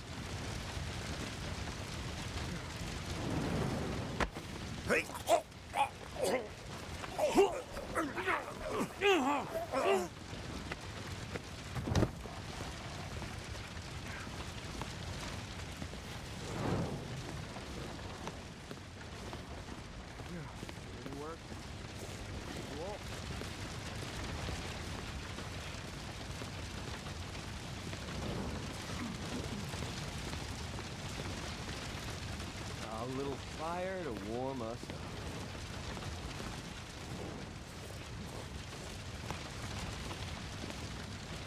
Gotta get by this guy.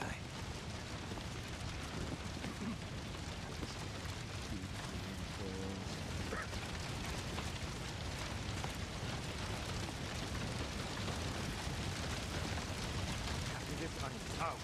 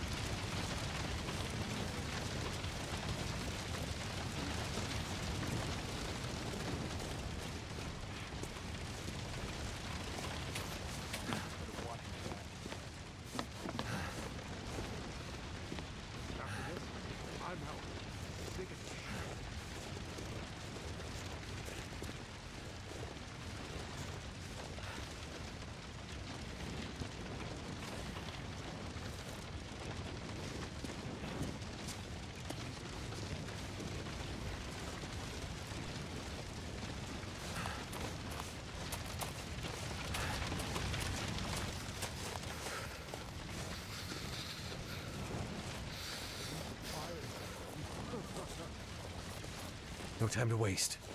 Gotta take him out.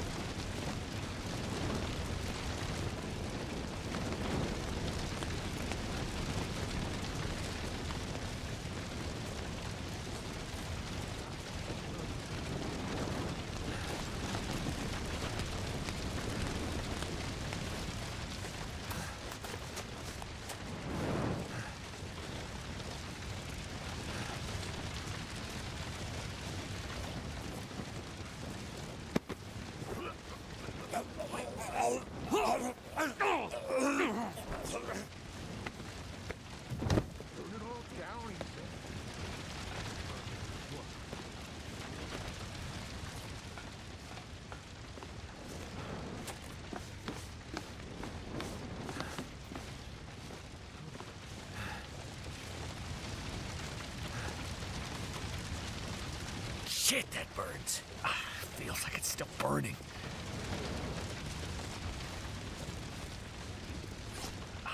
Feels like it's still burning.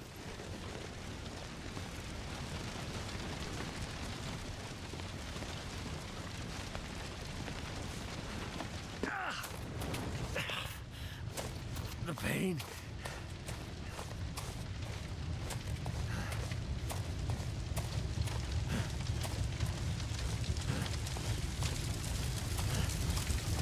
Yang. Jane Yang. Astrid's friend.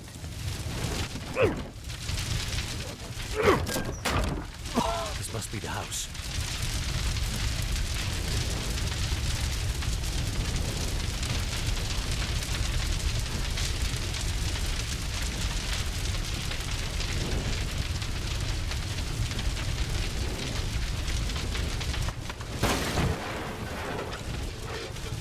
Astrid!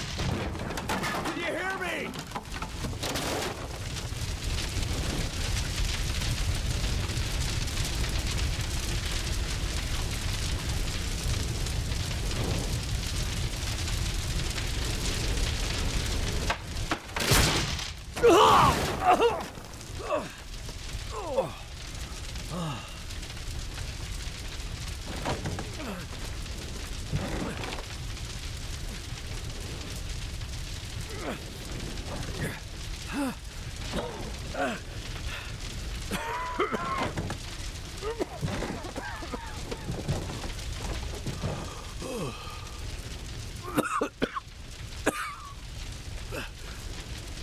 Mathis.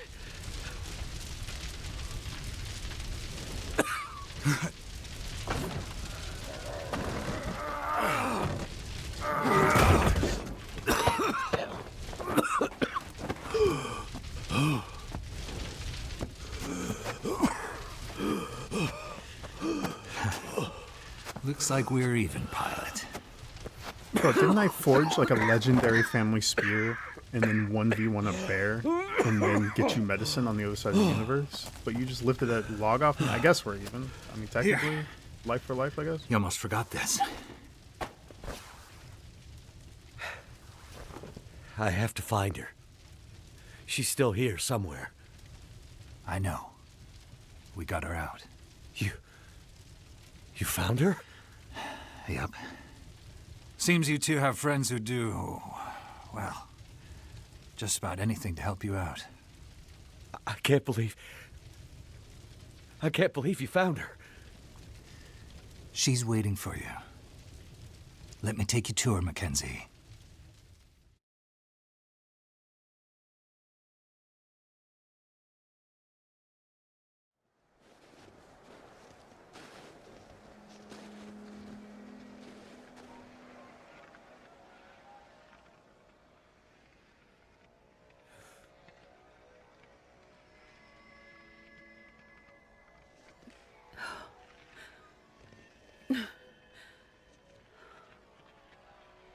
Is it really you? I brought something for you. I thought I'd lost you forever.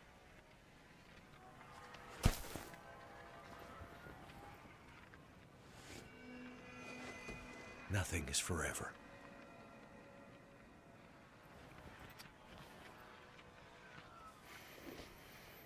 We have to go. Yeah, I know. The radio telescope. Jace, she filled me in. Said we could be safe there for a while. From what's coming. Do you know what's coming? A kind of darkness that we may never recover from. I think it's affecting our memories. I need more time to study it, but what's in this case might buy us some time. We'll have time to work on it when we get to the radio telescope. Yes. Let's go there. Now. Jace. Jeremiah. Take her. You have to go with them now. Wait. Go with them? What do you mean? Where are you going? Go with them. To the telescope. I'll be right behind you. There's one last thing I have to do.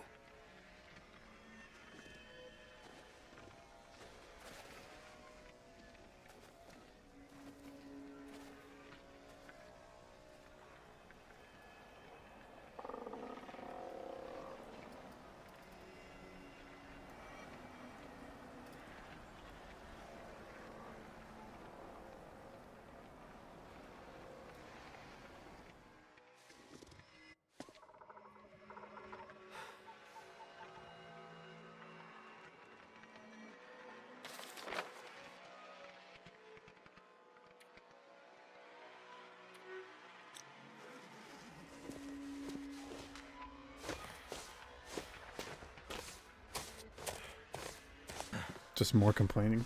I know that a radio broadcast might not be at the radio telescope, but that's a big facility. Surely it's got a radio on it. But we got to go to like this dude's 420 shack to send out this radio signal by ourselves.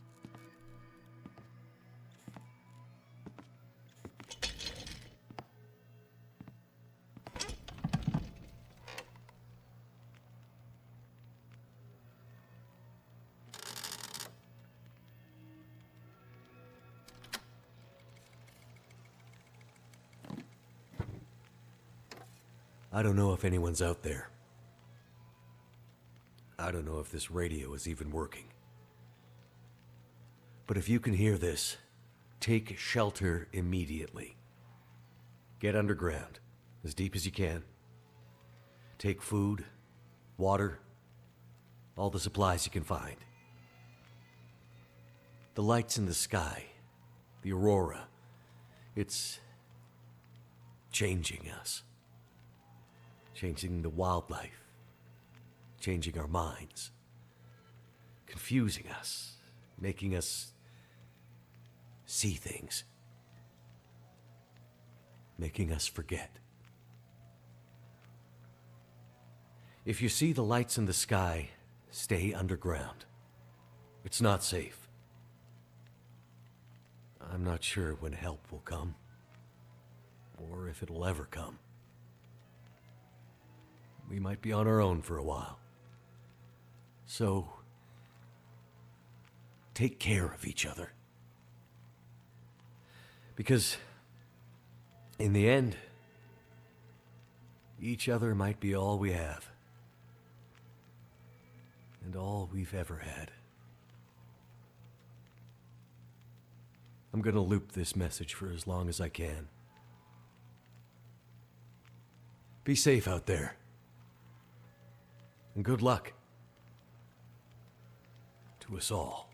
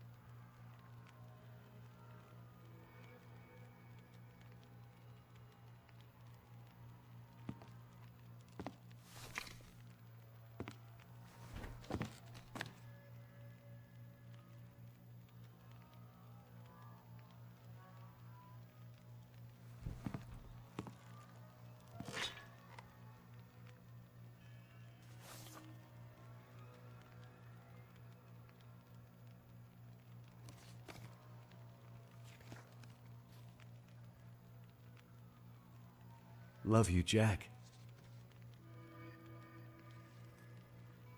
Miss you. Maybe I'll see you again someday.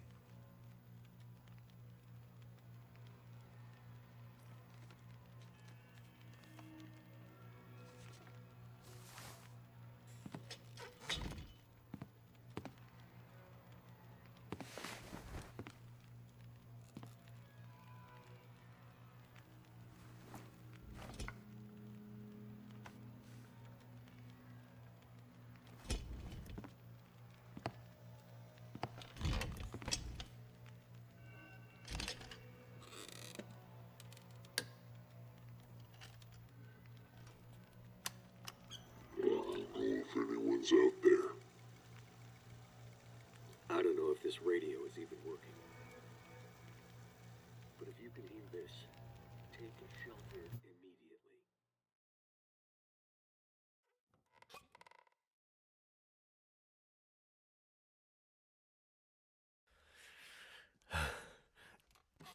Oh.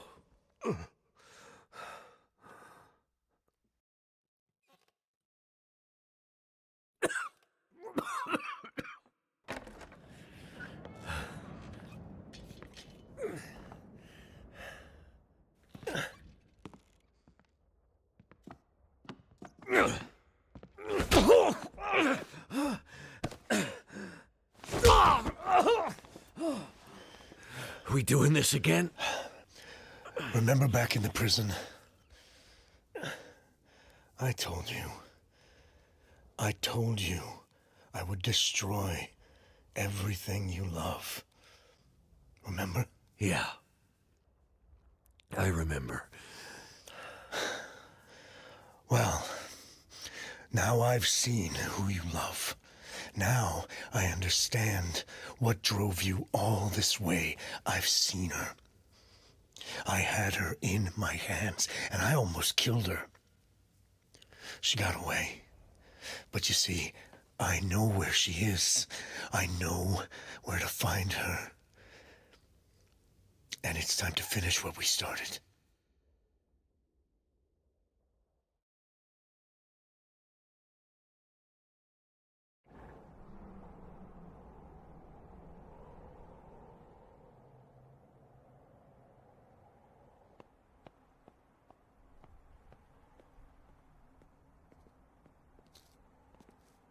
He'll come.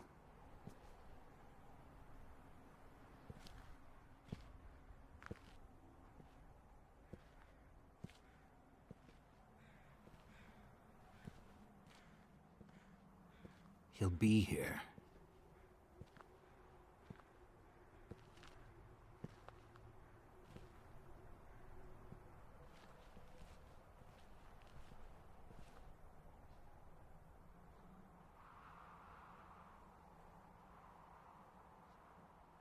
I think I see something. Looks like a torch. Someone with a torch coming up the pass. It must be him. Maybe he found the others in town. Ones we missed?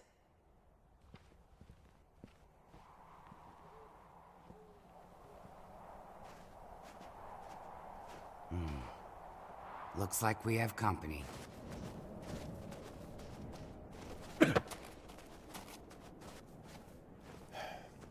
No!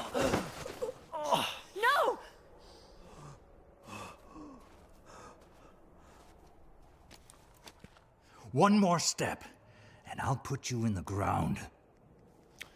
All right. Here's the deal. We know you have shelter. We know you have medicine. Hell, you might even have a cure for whatever's going on out here. Way to outlast this, whatever it is. In the hard case. Imagine, the answer was so close this whole time. What the hell do you want, Mathis? Simple. You want the pilot back, you let us in. You give us some of what's in the case. You let us take shelter from the lights in whatever this place is. You don't? This damn pilot, who has been such a pain in the ass since the minute I met him, I finally clip his wings. Mackenzie! Don't give it to them. Listen, asshole! This thing is a bunker. Time lock means we close this vault door and it isn't opening up for months, years, maybe longer. No way in hell are we gonna be trapped in here with you. Well, that makes this even easier. You come out, we come in, and the pilot lives. Otherwise... Wait! Wait. We can't do that. There are dozens of people in here, innocent people, children. But I can trade places with him. I'm a doctor. I can help you. I can find another way to protect you from what's coming. Just let me take his place.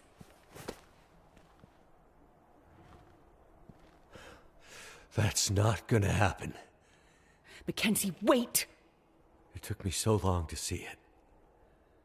I thought I'd lost you forever, but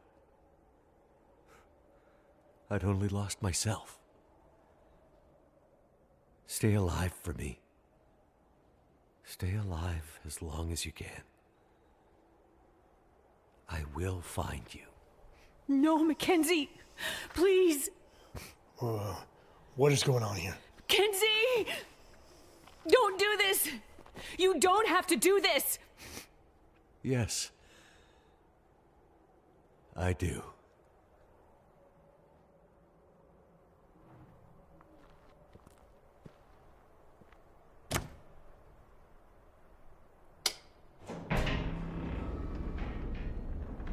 Please don't do this!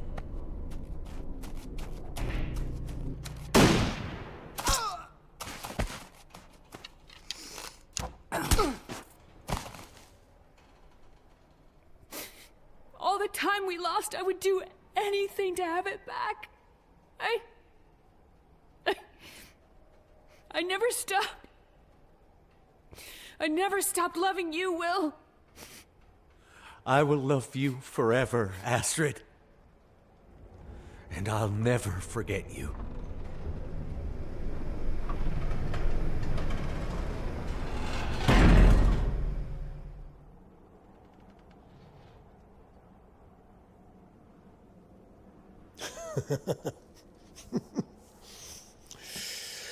Well, after all that, looks like our fates are bound together, you and me. You better stand up, pilot. There's a whole world out there just waiting for me. Time I took my rightful place in it. And you are going to help me. Okay.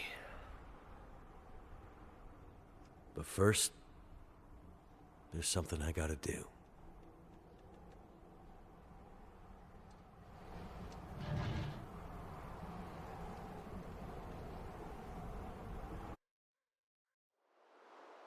The world is changing. Has changed. Who can say where this change will take us? Atwood says this has happened before. And best she can tell, we're in this for another 40 to 400 years. How will we survive? As individuals, as a species? Will we? Should we? When push came to shove and we were tested, was this really the best we could do? Can we put our differences aside long enough to survive this quiet apocalypse? And if we fight to survive, does any of it even matter? I can't say.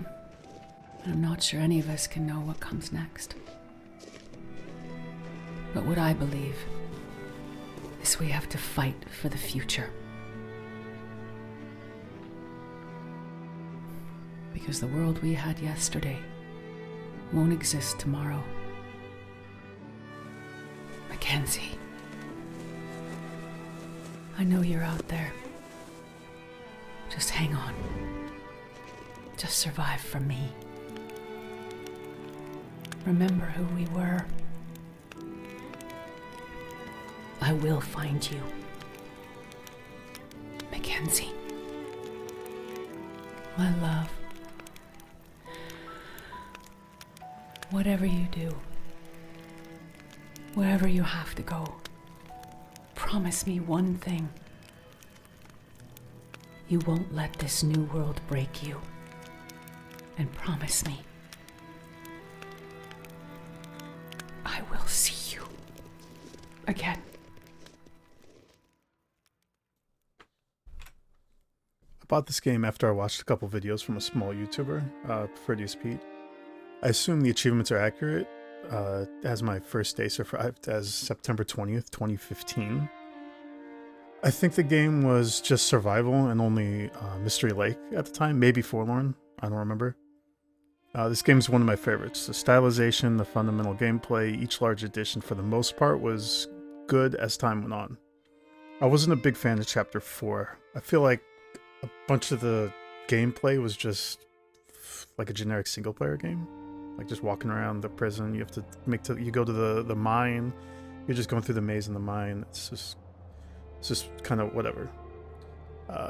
Granted, I'm not sure the best way to go about telling some of the story without doing it that way and really making it survival. But with this chapter, it was like even more of that. There wasn't a lot of the storms. It didn't matter what I stopped picking stuff up. Basically, I stopped looting. It didn't really matter. I ended up carrying around stuff and being overweight for like no reason. It was just kind of tedious with some of it. I'm good with some of the story stuff, like the Aurora being mind altering. How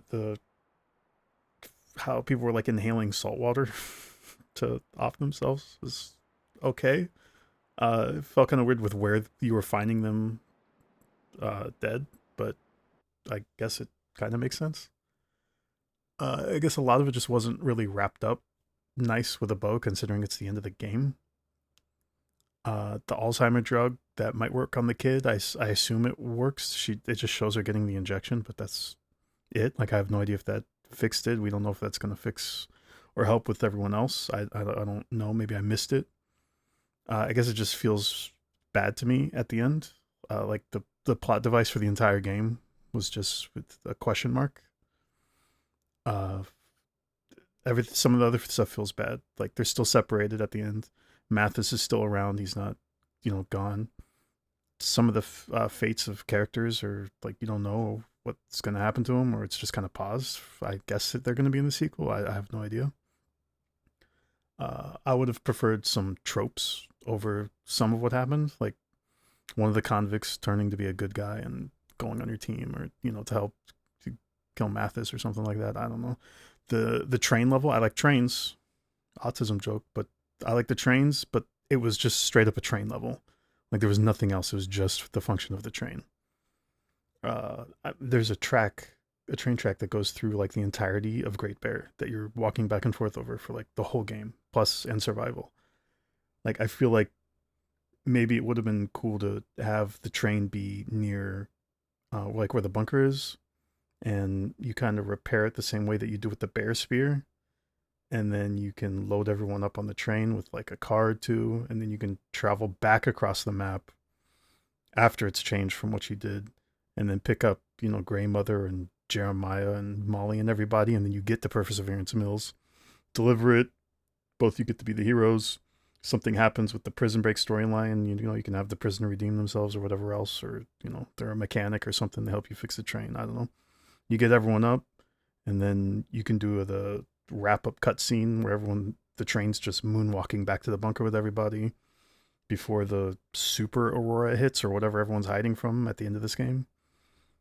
Everyone gets in the bunker, everyone's cool, whatever. But I don't know. Overall, I'm glad I played the game. It's definitely one of my favorite games.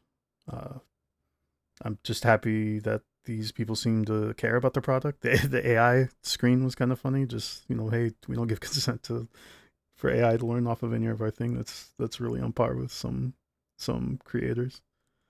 I feel like a lot of time went into creating game mechanics, and then they maybe time crunch or something. They just didn't know what to do with them, so they just had to throw out a storyline and throw stuff together. And some of this stuff ended up being kind of Looney Tunesy, and whatever, the train level, where they're shooting at the you're trying to cross the river with the little handcart thing, and they're shooting 10 feet away and they can't hit you, but she hits with a flare for some reason. That's, it's just, I have all the people in the level, or multiple people around in the map now, and it happens like once. Everyone's in the inn or the tavern, and then you don't really see them or do anything with them. That you can have a character walk around in the game, but they barely touched what you can do with that.